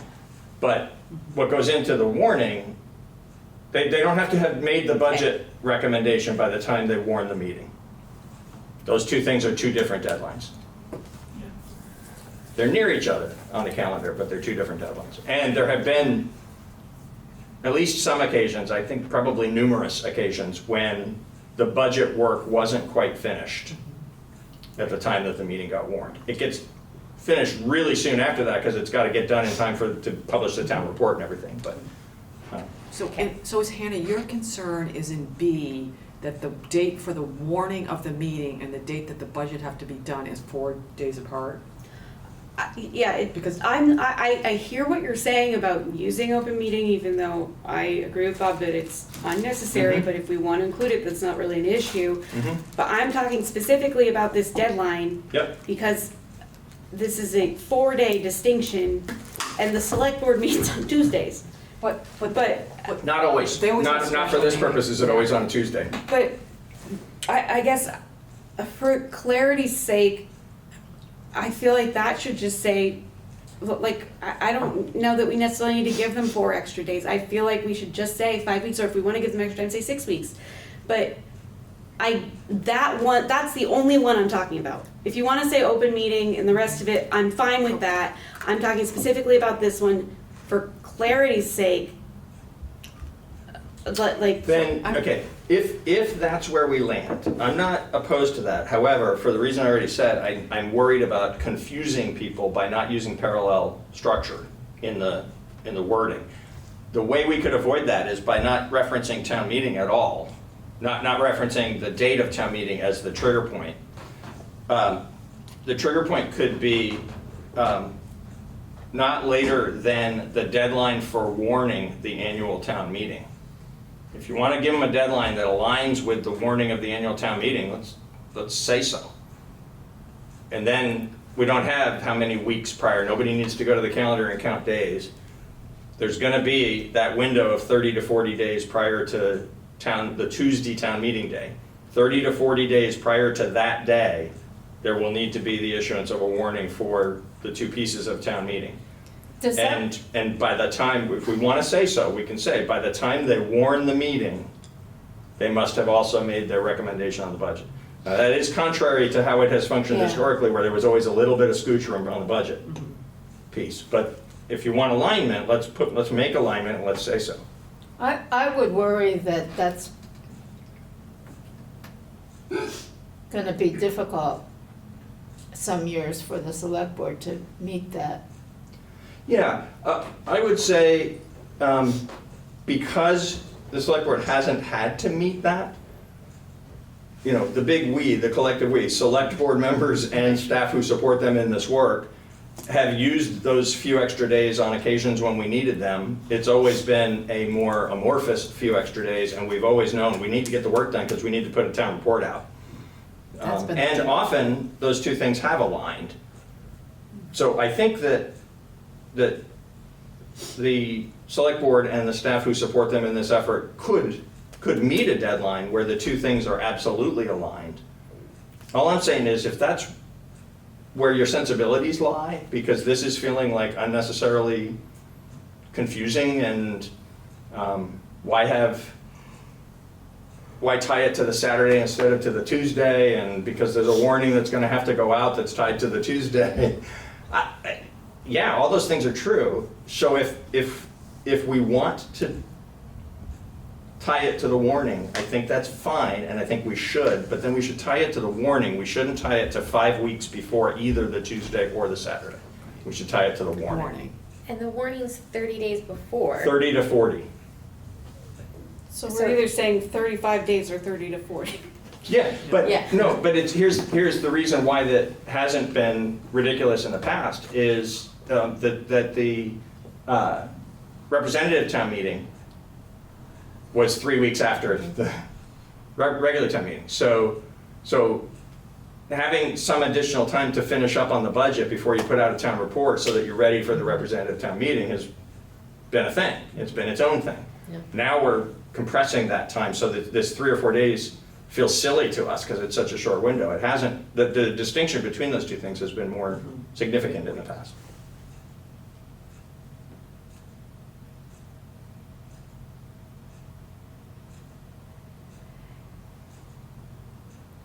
So I can go, like, I agree with Peter, if we're gonna tie it to the annual meeting, it needs to be tied to the warning. You know what I mean, as opposed, because I do think that we have to be consistent and not, yeah, I mean, I'm fine with it like this, but if we're gonna switch it, it does need to be no later than whatever prior to the warning of the annual It would meeting. actually say not later than when it issues the warning for the annual town meeting. Does that? The work for select board you? shall approve a recommended budget, if that's how we want to tie it. Does that It should be help? one or the other, I think, Yeah. either this language or not later than when it issues the warning for the Right. annual town meeting. Does that help, Hannah, for you, or? Yeah, it just seems silly to have one deadline be tied to the Saturday and other deadlines be, it was about the deadline, it wasn't about the open. Yes. Yeah. Yes, Okay. exactly, and it's about the deadline compared to the Saturday, because that's where we want this piece of work to be considered. Right, that's why we're. That's why it says what it says. Yeah.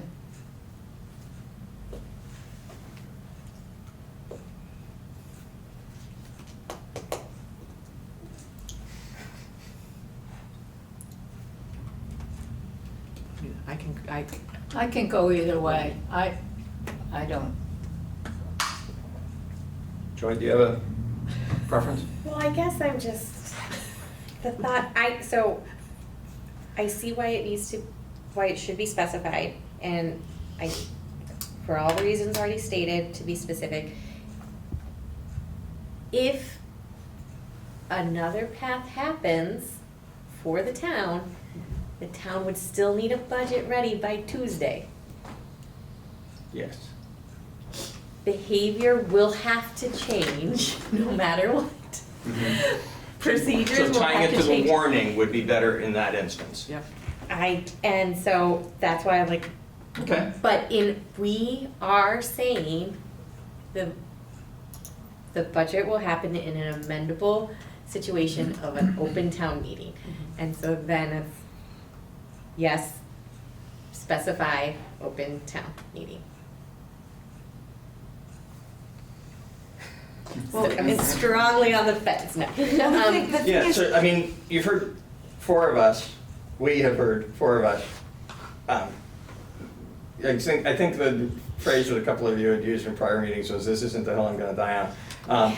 this isn't the hill any of us are gonna die on. I think there is a good, clear reason that's been articulated for doing it this way, even though it flies in the face of sort of the standard usage that ties to the standard annual town meeting being both things. Yeah. Got it. But there's a reason to do it this way, and if that reason doesn't feel compelling and it still feels awkward, 4 of us have said, you know, we're okay with it landing in either spot. Yeah.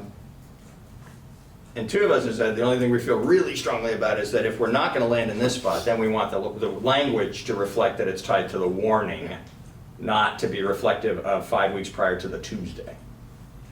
That's all. Yeah, yeah. And I think I'm fine with tying it to the warning if it follows that, for, you know, whatever the warning language is, the select board shall approve or recommend a general fund budget for the following fiscal year to be considered at the open town meeting of annual town meeting. And then Right. C starts at the open town meeting of the annual town meeting. Then D says if the budget is amended at the open town meeting. I mean, Yep. I'm gonna, like, we have to make it really clear in those other spots that we're having an open town meeting where we talk about the budget. Mhm. So I'm fine if we wanna say not later than the day that they warn, whatever, the meeting. If we wanna make that the Well, deadline. Or reflecting then on what you've just said about where your preference would lie if we change it back, you know, if we change it to tie to the warning, I think if we leave B alone and we add open meeting of the, as the, after the, at the beginning of C. So B speaks to the open meeting, C speaks to the open meeting, and everything that happens at C then doesn't need to repeat open meeting, open meeting, open meeting, because we've covered it in the first instance. So what you just said would be reason to leave B alone, just add open meeting of the in C, and leave it alone then. So that the places where it says, if there are amendments at the annual meeting and what happens in follow-up to the annual meeting, all of that wouldn't need specific open meeting of the reference because it's all following the declaration that that action is happening in, that particular Right, piece of in business C. is being conducted in Right. the open meeting. Right. Well, and we do say at the, if we do the warning language in B, the last sentence does say, for the following fiscal year to be considered at that open meeting. So we have to change that because that Where's open that? meeting. Look at the last line in B, it says at that open meeting. But we'd be taking the open meeting part out and putting the warning. Ah, yes, Do you see what I in B. mean? Got it. So we have to sort of make it, so Mhm. whether we don't define that it's at an open meeting until C, I think is what you're saying, Peter, we don't have to worry, we don't define that the meeting it's happening at is Yeah, the that's open right. meeting until C. Mhm. Because that open meeting sentence at the, of B would go away. Do you see what I'm saying, that last Mhm. line? Mhm. Which means, now that I'm thinking, we ought to leave it.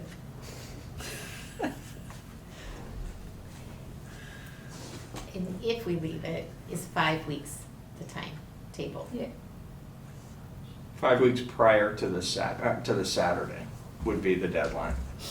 And so that's gonna usually fall in the first few days of February, and the warning will have to happen usually in the last few days of January. January, yeah.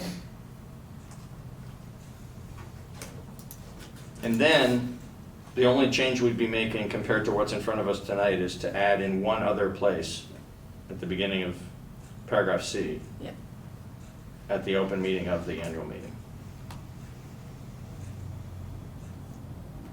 So at I'm this, for that. so at this point, B is not being changed?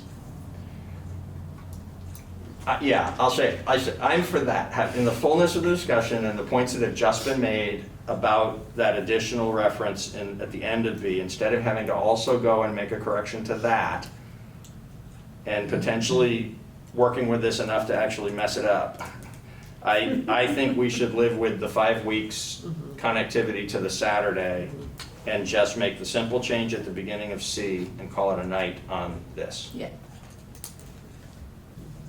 I agree. Denise agrees. Yeah, so if under Peter's proposal, B stays, Yes, and then C says at the open meeting of the annual town meeting. That's the budget for correct. the following fiscal year. and all the rest of it stays the same in And that C entire stays the section.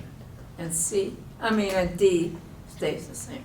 Everything stays the same in the entire section, A, B, C, and D, except for what Kate just read in the first line of C. Is that gonna drive you totally crazy, Hannah?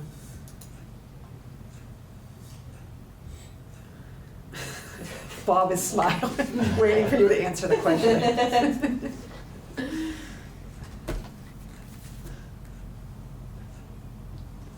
Can I just bring back language next week? Can we just move on for now? Do you wanna do that? Because this is, I feel like we're just on a hamster wheel right now. We're Okay. just going around in circles. And Okay, I just, we can think about it. if everyone wants to say a deadline is a Saturday, which functionally means it's a Friday, which is 3 extra days from the Tuesday, sure. But I don't think we should do that just to prove a point. I'm not suggesting we do it to prove a point. I want to be really clear. It's not about like staking a claim. It's about being very clear of what we believe is better governance for the Yeah. town. If we didn't believe that, and if we hadn't landed there in such a united fashion, Yeah, I think this would be a more complicated question for us, and probably those of us who do have an opinion about it would land in a place that says, we got to write more neutral language.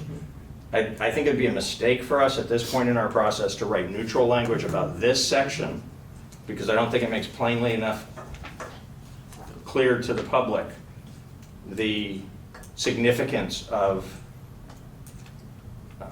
doing this particular piece of business in the face-to-face meeting with the opportunity to listen to one another and amend as the public deems appropriate. I don't disagree with any of that. I'm just hung up on this deadline, but I just would prefer if we could just move on and we can look at this language next week. I can draft it as we've discussed and we can look at it then. okay. Is everybody okay? Yes. Okay, thank you. Now we have the finance committee, and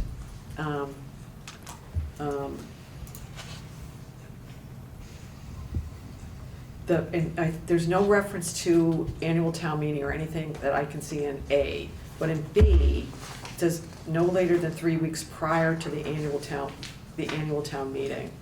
So I'm assuming we want to say no later than 3 weeks prior to the open meeting of the annual town meeting. The finance committee shall publish a report. Do we have what do we think about that? Because that's 3 weeks prior to the actual meeting. I don't have a strong feeling about that. In fact, I'm fine with this language Yeah. here because of the fact that this is a report to provide advice to the people. Right. And I agree with you. it's, Mhm. The other thing is the responsibility of town officials to take certain official town actions by certain times. Yeah, This is Right. the reflection and advice right. to the people. It Yeah. feels fine to me to keep this simple. I'm fine The with that too. finance committee usually publishes its report, Yeah. so it can be included as an insert in the Yeah. annual Yeah. report. And I think what Peter just said, in the budget discussion, we're putting the responsibility on people to do things in a certain way for a certain reason. This is just, it's a report, which we Yeah. appreciate a lot, but it's not. I don't want to be difficult, but I want to advocate for, they need to be the same, because if this deadline, like, if it's based on recommendations of the select board, Yep. and, Okay, so should we say open town They meeting? can't be the same because the no, I'm not finance saying committee they needs should to be the know same, where but the select I'm board saying landed. that the end date should be the same, because otherwise, if the select board gets 5 weeks before the open portion, and this is just saying annual, then they're getting like 12 days to put this together after the recommendation comes out. Because it's 3 weeks. Yeah, okay, that's fine. So if you're I think they just suggesting need to we be should the say same. open meeting here too, then that's fine. Okay, so we'll add, does anybody object to us having it be? Prior to the open meeting of the annual town meeting. Okay.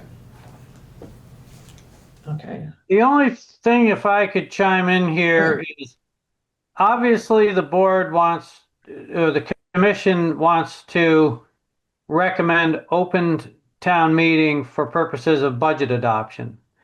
All of what you're talking about with deadlines for filings, I don't think need to mention open town meeting. If you just mention annual town meeting, that's a date. My question to the committee is there another way for you to highlight that what you want is budgetary articles to be voted upon by open town meeting? Why don't you just state that and leave your We deadline? do. Yeah, it already says that, Bob, at C. It says at the open meeting of, and perhaps if we land there after Hannah takes another look at it, but right now, tentatively, what it says is at the open meeting of the annual town meeting, the budget for the following fiscal year shall be adopted as recommended by the select board, adopted with amendments approved at that town meeting, or rejected and returned to the select board for further consideration. Right. So if you have it, my question is then why not? I guess I'm going back, but it's both with regard to finance committee and with the select board. Make your deadlines, and because what you're getting at here is you want to have a budget that people can see beforehand, and you want the finance committee to be able to give a report on it beforehand. That's right. So That's it's right. not all at the last minute. That's the intent of what you're putting in here that's not in here already. So if you just make the same deadlines apply to the term annual meeting, that works. And then under C, you're definitely putting forward that you want budgets to be voted upon by open meeting. That simplifies it in my view. I mean, again, I think it's getting late in the night and you know, you're going around in circles here, but the deadline, the deadline should be deadlines. You don't need, you say you're not staking a claim, but you are. You're saying as a committee, you want to see budgets being voted upon by open town meeting. That's fine. I'm not quarreling with that, but the deadlines, just make them deadlines and have a date.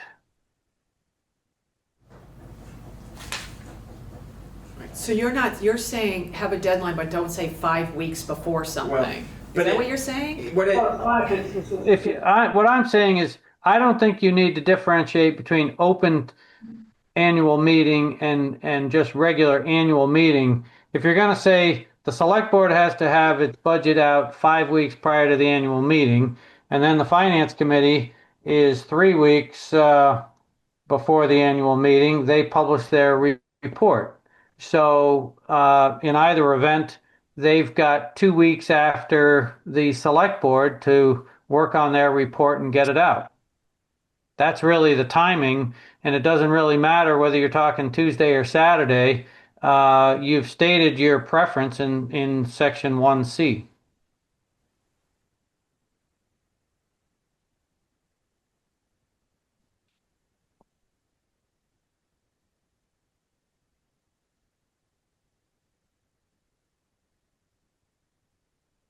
I mean, what's different here than what we have currently is you're putting in deadlines.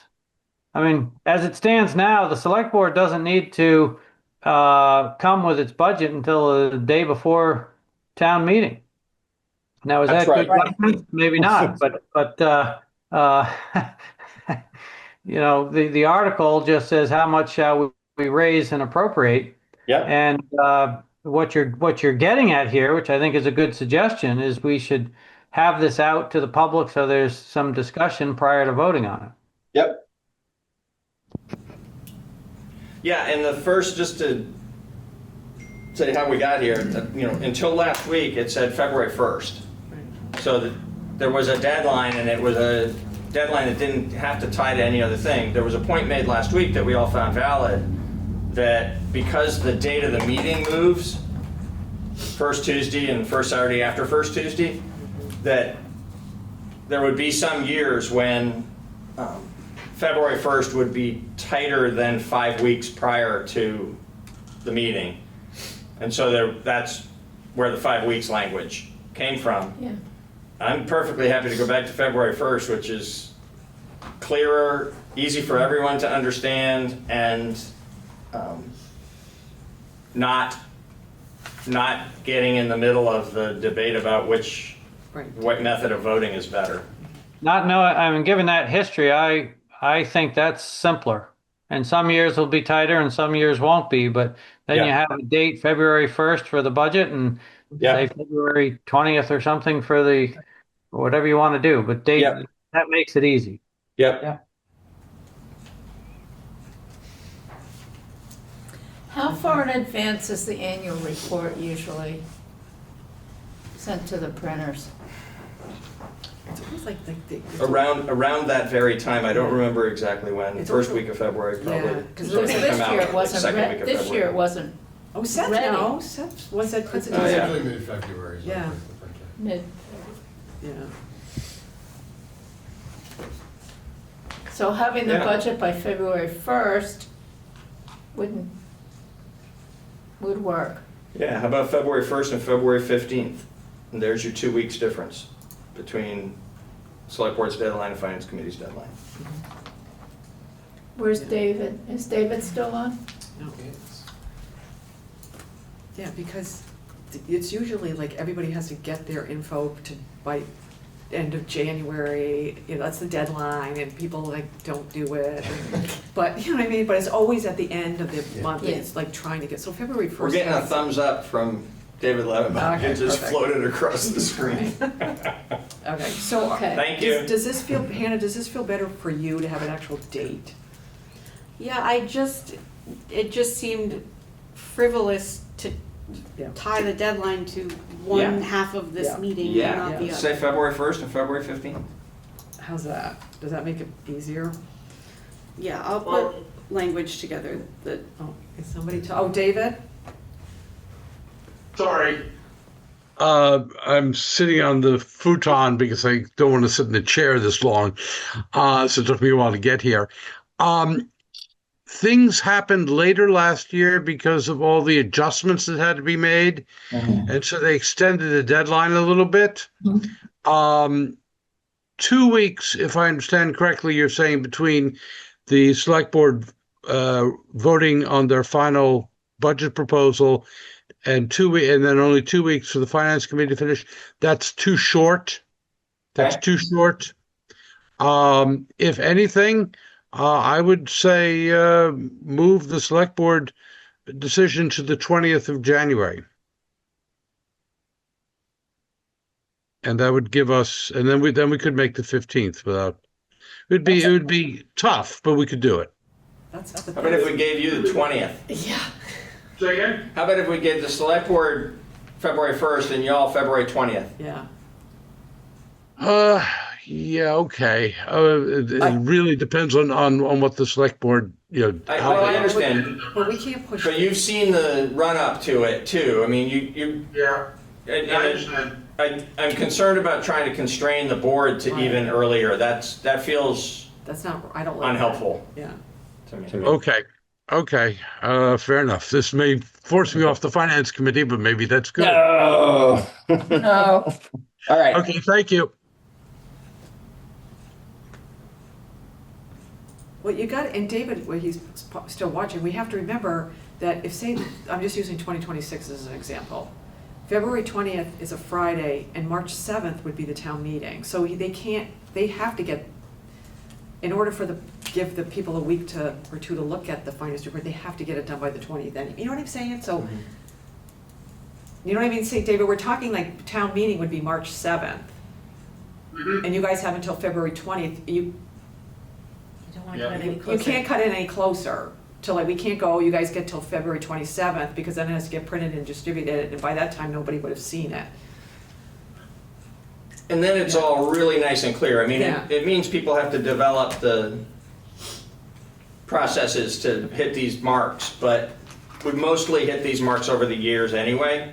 It's just memorializing it, and it's plainly clear. Yeah, You know, the 3 deadlines are November 15th, February 1st, February 20th. yeah. And so in Finance Committee B is now just gonna say no later than February 20th. Yep. The Finance Committee shall publish, so we're not even worrying about Open Town Annual or That's anything. Yep. So that's gone. And then it's, I think, the next thing is just where we need to do it, is under Human Services, Section 3, Human Services. In A, it says, second line from the bottom, the select board in its recommended general fund budget, okay, and shall be determined by a vote at, this is where we say, at the open meeting of the annual town meeting. Is everybody, is Yeah. that what we're talking here? Yeah, And then I would think on B, we'd want to say following the open meeting of the annual town meeting, or do you think that's redundant? Because we need to be. I think yeah. if we've said it, given how we've landed in the other section, I think if we say it, that the decision's gonna be made in the open meeting, we don't need to reiterate that further down. For We can B. just refer to the town meeting. Yeah.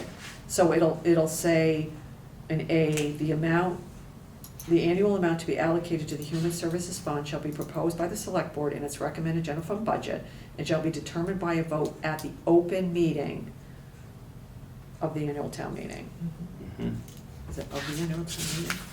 at the open annual town meeting. No, of the open meeting of the annual Annual town town meeting. meeting. I'm not sure I like that, but Okay, and then we're just gonna leave B as it is, following the annual town meeting. Yep.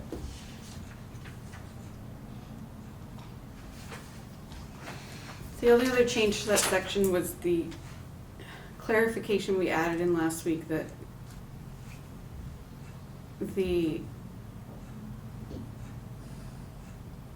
I can't remember.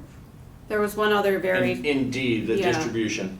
So where it had said that anything that had not been authorized for distribution shall automatically transfer back. yeah, we added. And we added the humans. words from the Human Services Fund. Anything that had not been authorized for distribution Yeah. from the Human Services Fund Yeah. shall automatically transfer back. Yeah, and I thought that was good language. David has a question. Yes, So didn't last week we were talking about including nonprofit as a definition? no, I thought we talked took it about out, taking it we out. took it out.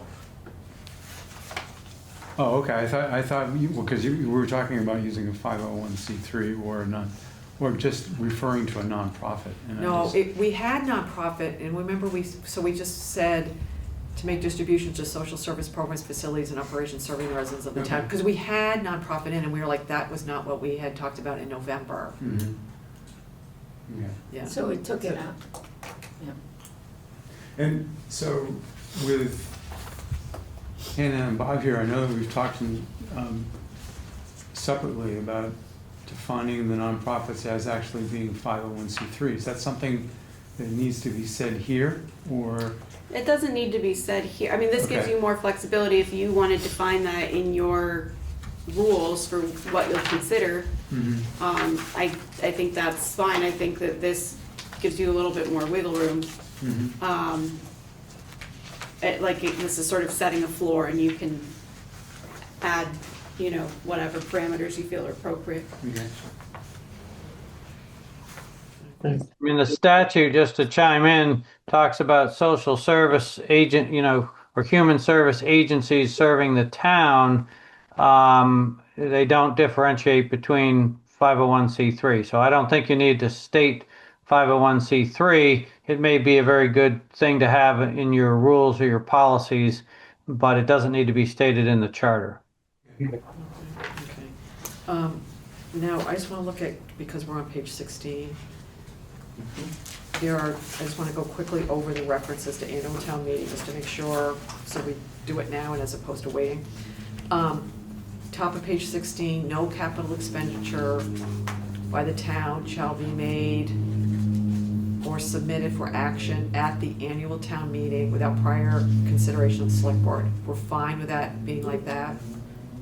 Yeah, but can we just go back to section A? This is what I Oh, yeah. mentioned to you earlier.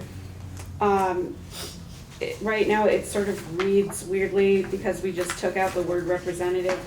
It says, the select board shall submit to the annual town meeting a list of possible capital expenditures for the guidance and information of town meeting. That just should be of the voters. I see.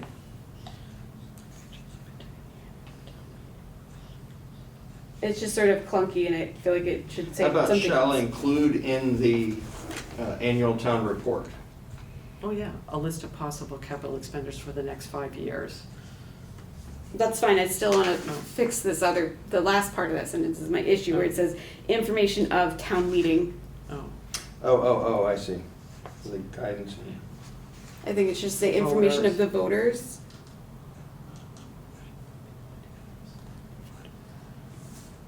I agree.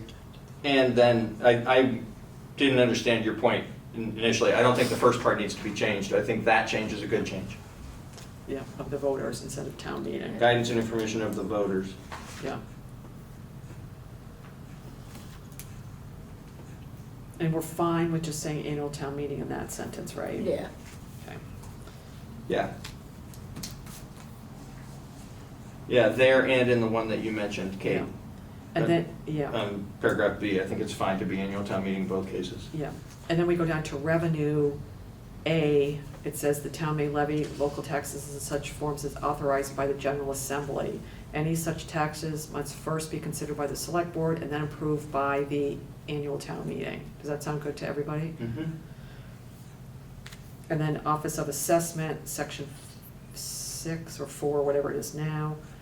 Taxable property within the town may be reappraised from time to time as may be deemed expedient by the annual town meeting pursuant to a duly warned article. Is that good for everybody? Yep. Yes. Back on A, I'm just tripping over, shall not be binding on either the select board? Is that, Oh, that's, yeah. yeah. Oh, it says or school Thank you, board, yes. because it used to say or school directors. Yeah. Thank you, David. Binding on the select board. Thanks.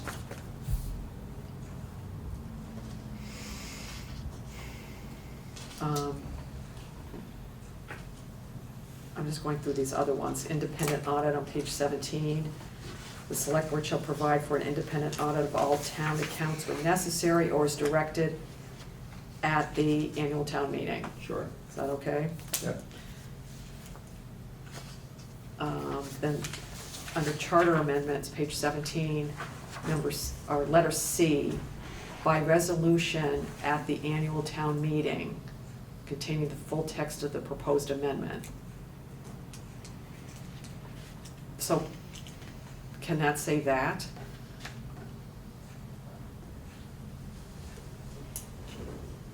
Because by default, Say that, but I wonder whether you want to take subsection C out.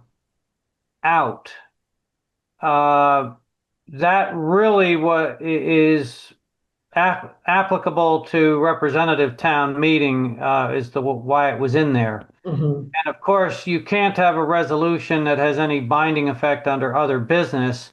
So by definition, if you were to bring something before town meeting, without representative town meeting, it's either going to go pursuant to your first alternatives, Title 17, 26, 45, or by the select board, or by your charter review committee. You're really not going to have a situation where it's a resolution at town meeting, because town meeting would need to have that article warned to do a resolution in the first place. So why go through a 2-year process when you could do it through subsection A or B much more expediently? I agree. I think it's probably worth taking out.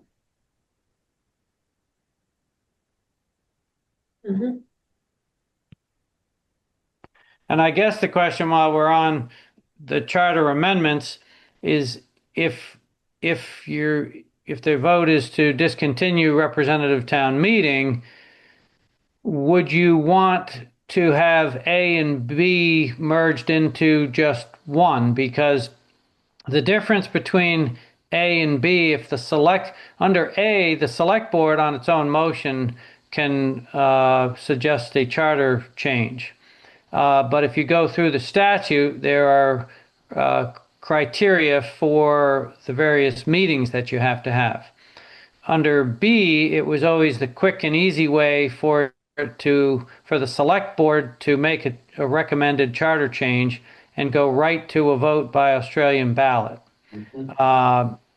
And I guess the question, I mean, historically, we've always held the hearings even when it's been proposed by the select board. So we have, in essence, followed subsection A even when the select board proposed it.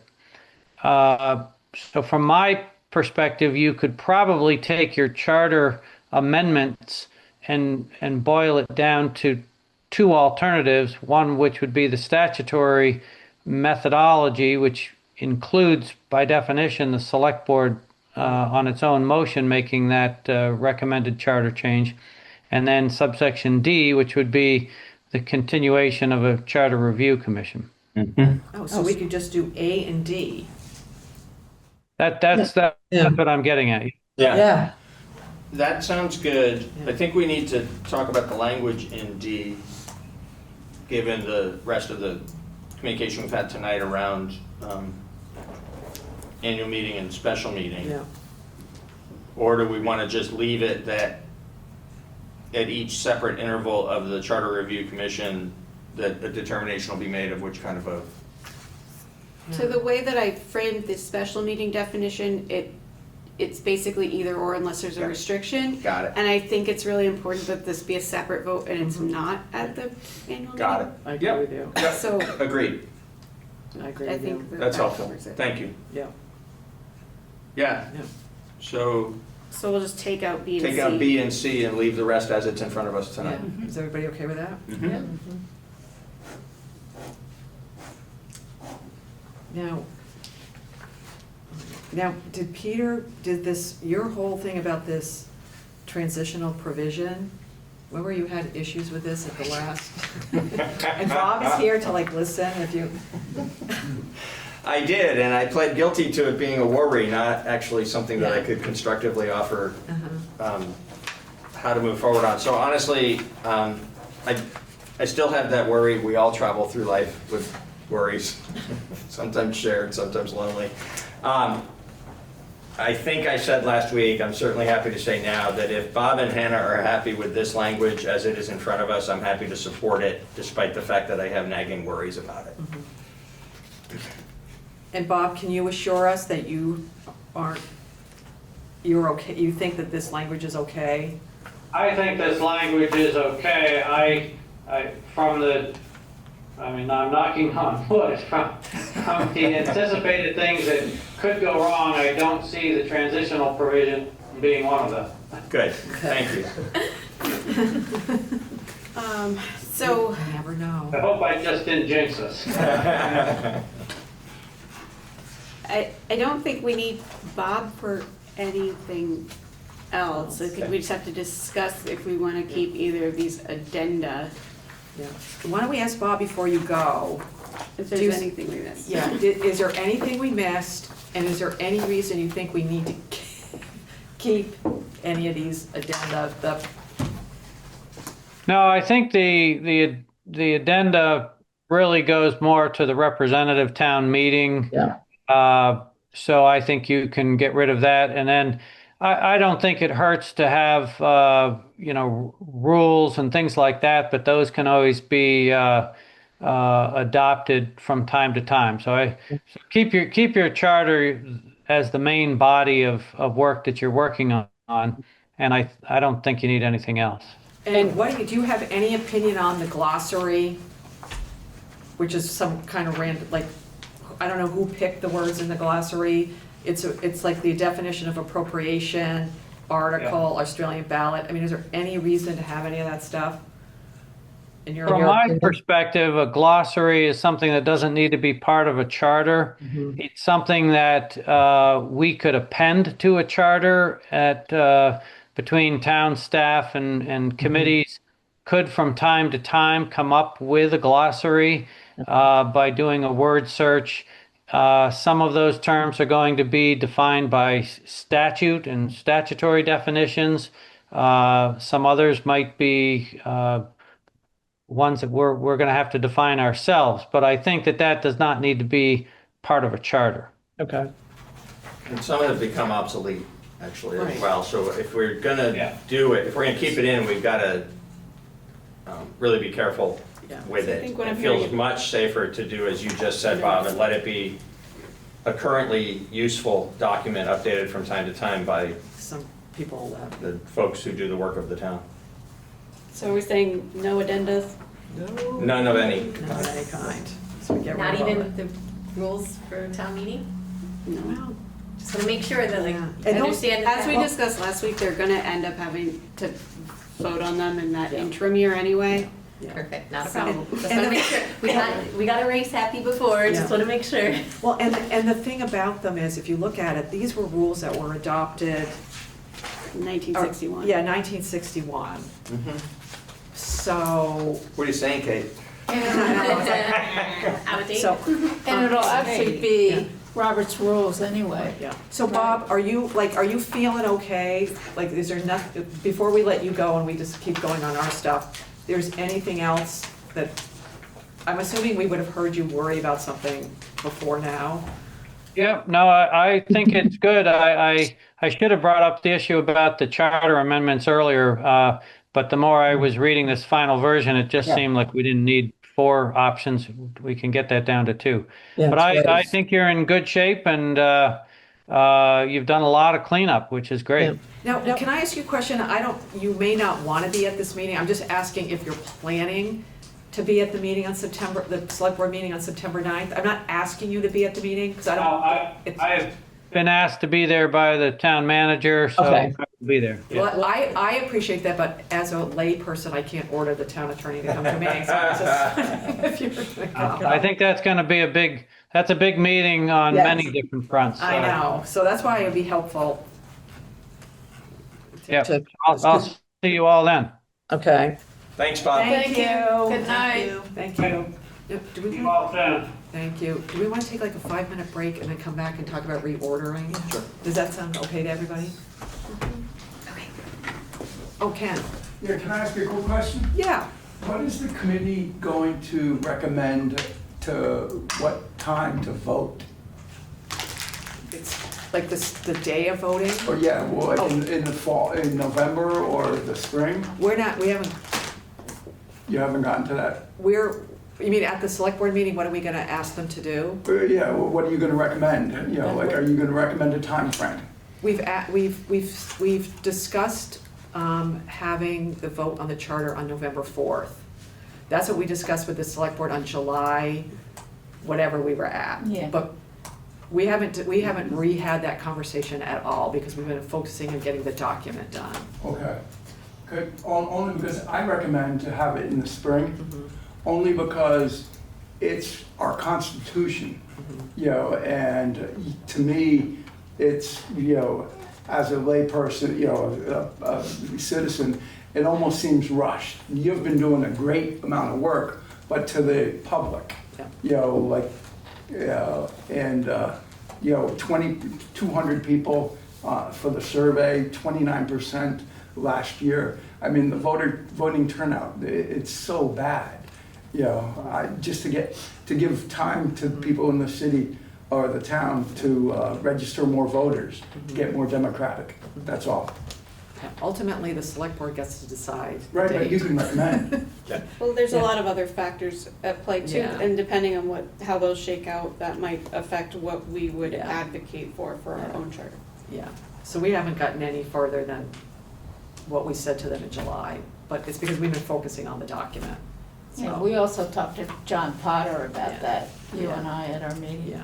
All right, so let's take a little bit, why don't we take like 5 minutes and then we'll stretch, 5-minute stretch, and then we'll get into the order. Does that sound okay? Sure. So Okay. should we look at the clean one? I think looking at the clean one is easier when we're talking about reordering, don't you Yeah. think? Yeah. All right, so we are, now that we don't have, it's so exciting. The question is, Article 1, elections and definitions. So what do we think about that being the first thing? Can I make an overall Oh, yeah. observation, I'm sorry. just to be annoying Yeah, no, no, before no. we start going through the details. Thank you.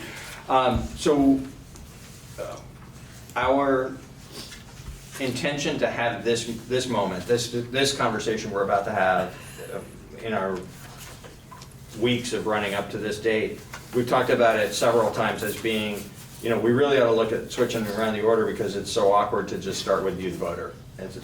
But I think you may have made a point, Hannah, I think I'm recalling, somebody made a point within the last few weeks about how it won't be as awkward when there's more definitions in there because we needed to add some. Now you have added some. I think in fact it does exactly that. It makes it not stand out as like too weird of a start. If we're not going to have an overall preamble, and I totally agree with the decision we've made not to have an overall preamble, we're going to start with something that just pops right out as I being love that one. the work of, like the document. And it feels entirely appropriate to me that it would be elections, since it's democracy we're talking about here. And so, the reason I asked for the opportunity to make an observation before we go into details, I'm not suggesting there isn't anything to change, but I think that we shouldn't make change for change's sake. It's fine to start this way, and it might be fine to just flow the way it already flows. Let's approach our work. I'm urging us to approach our work with the idea that we should only make changes we really feel are necessary for the clarity and impact of the document. But I want Hannah to have to do all kinds of weird stuff. You want that. No. We should create as much of that as possible. Looking at it now, I think maybe we should have I don't know what you would call it, general provisions or some sort of Article 1 that would include this definition, the ethics, like things that sort of pervade throughout that don't really go in a specific section. So it's not reordering, it's you intentionally plucking the things Yeah, no, that I are more don't. generally applicable. And putting them into the Article 1. Yes, Just sort of general. yes. And so I would say that this list of definitions would go there, and just to be nitpicky and to recognize, as Peter said, the importance of what we've done, that they should maybe go in alphabetical order so the annual town meeting is the first thing. Oh, I see what you mean. Yep. Yeah. And so we would just move youth voter from A to C. BCA. Yeah. Yeah, beautiful. Yeah. Yep. Yeah. And Yeah, and I like that, and I like what you said about grabbing certain sections from all throughout the document that really don't belong in that section, they belong in the general provisions. That's great. Yeah. Yeah, and so we can go through right now and we can just say which ones those are. Yeah, let me just But- grab a highlighter that probably Yeah. make my life easier. Yeah, yeah. So if we picture, we're opening this document and the first thing it'll say, will it be Article 1, general provisions? Yeah, I mean, it doesn't have to be general, but I think that's right. We saw that in a lot of other charters, that Yeah. exact language. Yeah, General provisions. General provisions. yeah. So Article 1, general provisions. And then section 1, Definition. definitions. yeah. And then I think we can just go through sort of in order and pull out the ones that are gonna go into that new section, and hopefully everything else will just stay the same and just get renumbered. Yeah. And So Article 2, elections, would start with elected officers. yeah. And it would go, What we have as section 2 right now would be Article 2, Section 1. Elected officials, or elected officers. Yeah, and then we've got elected committees, early voting, Yeah, ballots, write-in candidates. Board of Library Trustees, I mean, they're not getting elected anymore, so I don't know Right. where we put that. yeah. Let's hold that out for somewhere. Okay. The conflict of interest provision that we're gonna add back in can go into that general section. Yep. Oh, Quick, back to the library. yes. I think it should be its own article, actually, because look at the first piece. I mean, the title is Board of Library Trustees, but A actually speaks to the library as an entity. And then it speaks to the trustees. So I think it should be Brooks Memorial, have a separate section, Brooks Memorial Library, or a separate article, Brooks Memorial Library, Okay. that has those Yeah. pieces to it. Okay.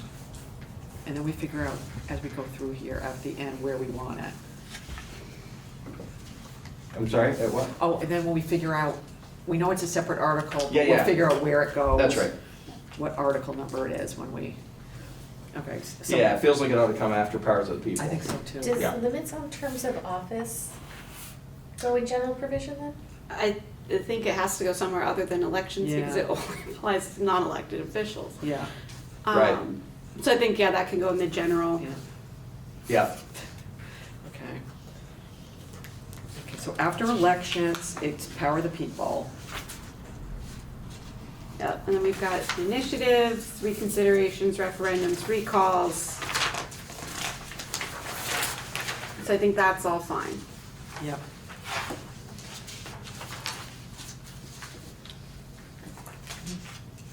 We could move the library article after powers of the people and before select board. I think we should, Or after I select board. think library should come nearer to the end. Okay. Let's do select board and town manager and Those are finance. bigger things, not that the Yeah. library isn't big, but it's not the, Yeah. these I are, think it's important. I do too. It is important, but it's not like town-wide, Yeah, sorry, I'm getting in punchy. scope, Yep, town government-wide in scope. yeah, so I like the powers of the people and then the select board and then, The town manager.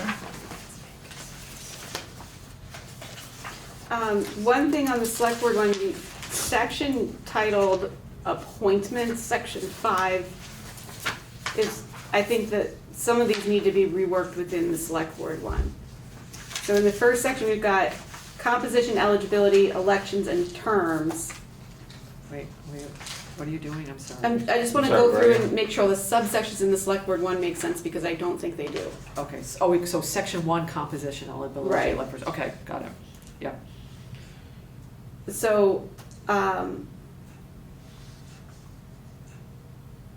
I think that this first one is fine. I don't know that it needs 4 Wait, titles. right. I'm not following you, I'm Oh, sorry. section, if you go look at, select board, article 3, and it goes section 1. Oh, yeah, composition, eligibility, blah, election blah. terms. You're talking about just relabeling? Yeah, possibly putting some of these into different subsections. Sure. Ma- Totally.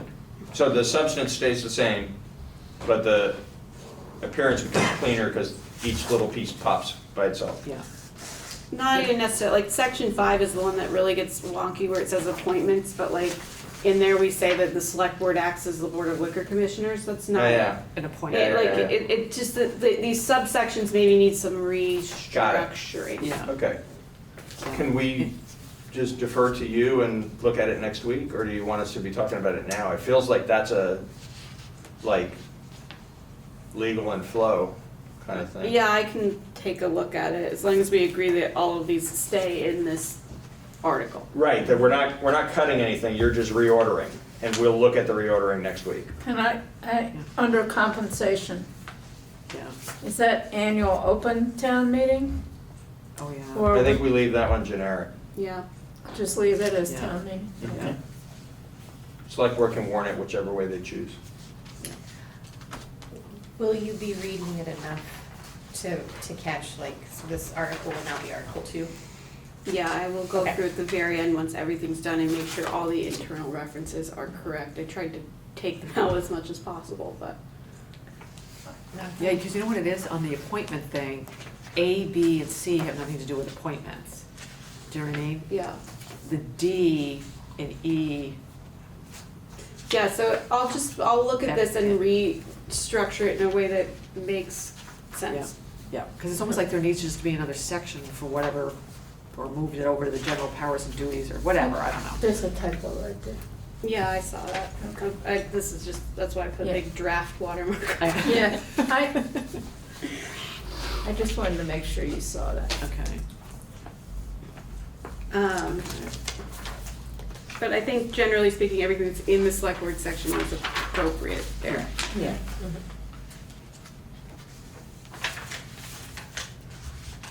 Unless we wanted to move the election stuff into the election section, but I'll take a pass at it and make it make sense. Okay. And then town manager seems okay. Yeah. and then we've sort of beaten the finance one to death, don't you think? That- So library would go after town manager? Yeah. Oh, yeah. I think so, as Article 7, Yeah, Brooks Memorial Library. does that sound good to you? Article 5. Oh, because you're adding an Article 1. Oh, yeah. Yeah. So Article 6. Article whatever. So our Isn't that town manager, Brooks, I thought it was whatever the number is? 1, 2. Powers of the people would be 3. Okay, yeah. Yeah, I'll put library in between town manager and finances and figure that out. I'll tell Star tomorrow, she's getting all critical. Oh, in between town manager and finances? yeah. That's why we're, you're saying 6 and I'm saying 7. I think it should come after Do you finances. think so? Yeah, Because okay. again, it's, Yeah. finances speaks It's to really the important. town-wide scope Yeah. in the same way that town manager does and select board does. And then the library is more narrow than that. Yeah, I agree.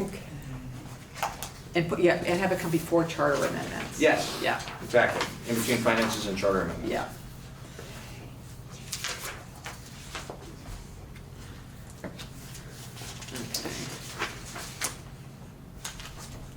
And then we, Then it's the end. yeah, so really the only thing, I think, Hannah, it's a good suggestion to do Yeah, I think general revisions first. yeah, and and then rework that select board section because that's sort of the one that's Like, kind of, needs the most cleanup. Yeah. yeah, and then, With not having any addendums. Right. and we're taking out the glossary, so that's quick.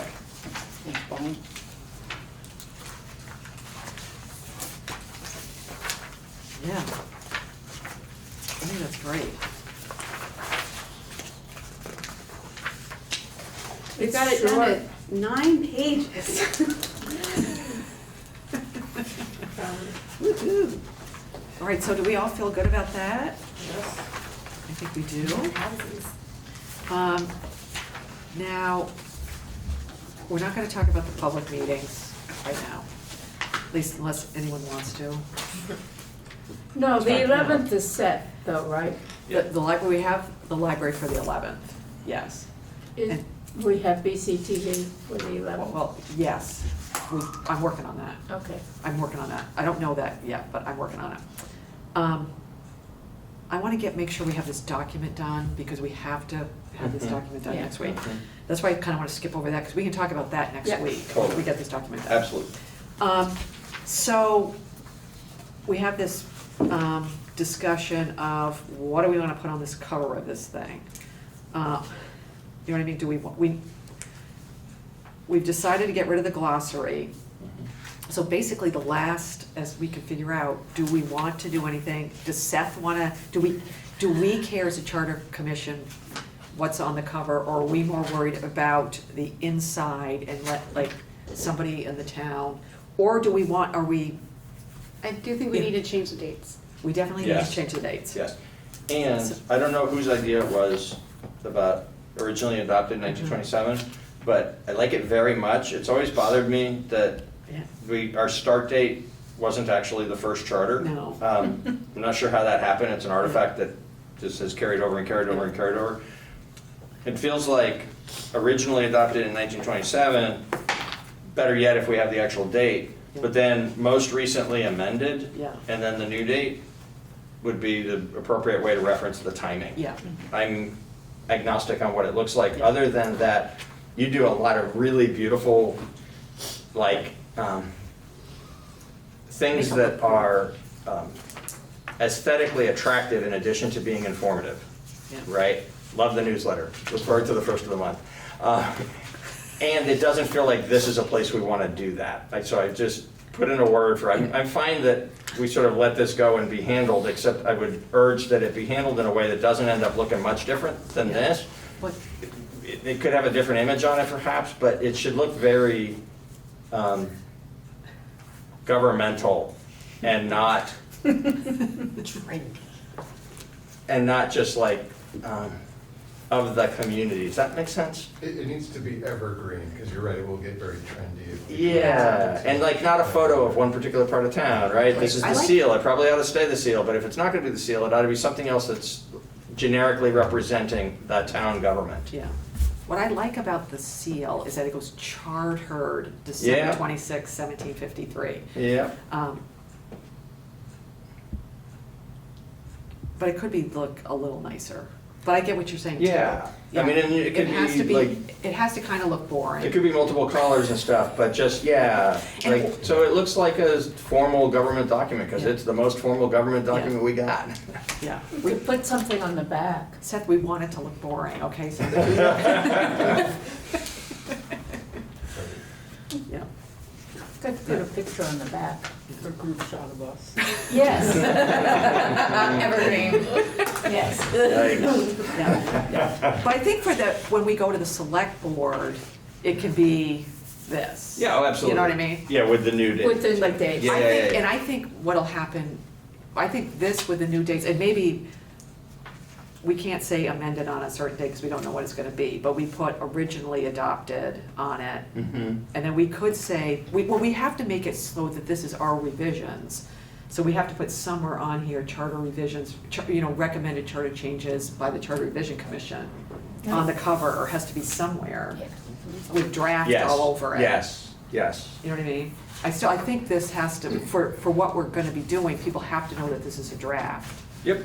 Well, the watermark, I think, That's does that, but perfect. you're right that there ought to be something on the front of This our is from document that us. says it's our recommendations. Yeah, Yeah. Maybe just take out this cover page and just put like yeah, proposed amendment. Yeah. Or, yeah, proposed Yeah. charter, blah, blah, blah. right, right. So this doesn't look, so this can't anywhere be seen as this is the official document. Right, Because absolutely. ultimately, it's gonna be up to like Seth, when hopefully our charter changes get passed, what the cover looks like. Right. I mean, we can't have control over what the cover looks like, Right. but I think for our presentation purposes, it really should not make it look like it's the charter. True. But it, you know, Yeah. am I that's fine. making sense? Yeah. Now, and we can talk more about, we're okay with everything. We'll take the glossary out. I'm looking at what else we want And to I'll talk about. make I'll do this, I think it's an actual linked table of contents, so it can Oh, perfect. Great. update. Yeah. Yeah. Now, and when we, just one thing, so when you're thinking about this, when we present to the select board, this is what, I was trying to figure out what they need, and you guys can all disagree with me, but I think we need to give them the clean copy of the charter and the strikeout copy of the charter. And I do think both of them need to be labeled on the cover. This is the Charter Revision Commission's recommendations Yeah. dated, whatever. Absolutely. Strikeout version, Charter Revision Commission's, whatever the date is, Yep. you know? And if we approve all this stuff next week, that's what the date can be on. These are the Charter Absolutely. Revision Commission's recommendations that they approved on, blah, blah, blah, you know. August on 28th, August beautiful. 28th, don't you think? Totally, yes. I've been thinking too about when we go to the select board, because that's obviously gonna be our next meeting, is we have to, have everything squared away, and just thinking forward to like educational meetings and stuff like that, I think it would be helpful to have a PowerPoint with like no more than 10 slides summarizing sort of the collections of changes we've made. Mhm. You know, like there's the sort of cleanup, Mhm. there's the formatting, but like it sort of group them into, so that if people look at this and say, I don't wanna read through that, or that it's easy to sort of say like, these are the highlights of the changes we've made. And so No. maybe we can all sort of think about a list of what those are. Now, can I tell you what I've been working on? I've been working on that to hopefully talk to you guys about. So maybe we can talk about that next week. Everybody, like, I've been doing that thing in my mind, writing down like, here are why we changed something, and trying to remember why we did something.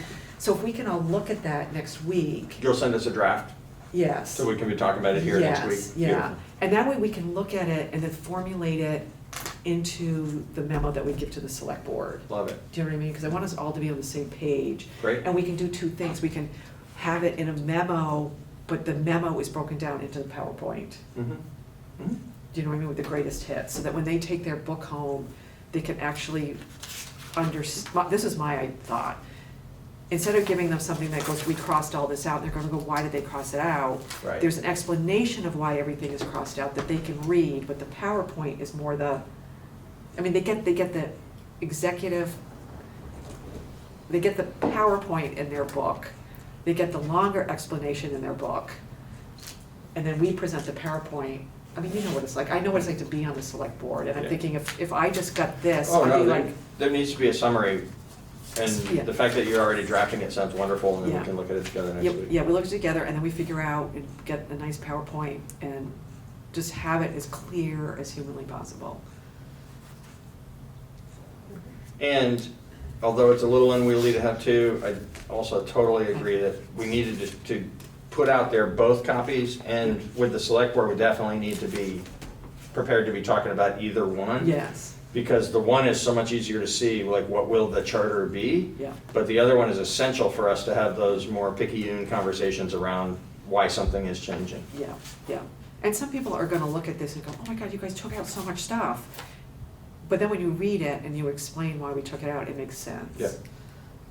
Agreed. Yeah, all references to the school board, Yeah. all references to RTM, Yeah, you know. yeah, And a bunch of things that are just repeating what's already in statute, so we're Yeah. gonna follow the statute. yeah. Yeah, so we can talk about that next week. We'll have the final things to look at, say yes, and we'll just talk about what we're gonna do. Because we have to get this information to them the next week after we, The Monday after we meet. Yeah. Yeah, right after Labor Day, right? yeah, I'm gonna find out what is our drop dead deadlines. Yeah. So that hopefully we can get it as close, we have as much time as we need to get it done right. My hope would be that everything will be, that I could do what I'm doing now, so that by the end of next meeting, it's done. Oh, yeah. No more work to be done. Oh, no, that's my goal too. So then we can just send it. Yeah, yeah. Just that memo and PowerPoint. Yeah, it's just that part, and if we get, but I've been working on that and thinking about it, Mhm. so that I can send it, and you guys can see it, and we can all think of stuff. You know that flow chart that you and Bob did? Yeah. Yeah, When we go out to the public, I think we need to wait and see Yeah. what the select board decides to do, Yeah. because flow chart may be moved. the flow chart might not make sense, or, you know, it's gonna depend on, no, I'm just saying we should have one. yeah, no, we'll Not- have not- to update it. And, yeah, Might need it for the select board meeting, I think is maybe what you're saying, like just to say, no, I don't think we need it for the select board meeting, but for the public meetings, you know, if you vote this way, And it- this happens if you vote. okay. And I think the question right now is, like, the timing of some of this stuff is may not be what we think it's gonna be. You know what I mean? So I think that we'll know more, I think, on September 9th. Yep. That'll be the big day. Yep. Oh, Wonderful. I guess we can adjourn. Does I anyone wanna make a? move we adjourn. Yay. Denise seconds. All those in favor of adjourning? Aye. Aye. Yay. Okay. You did a great job.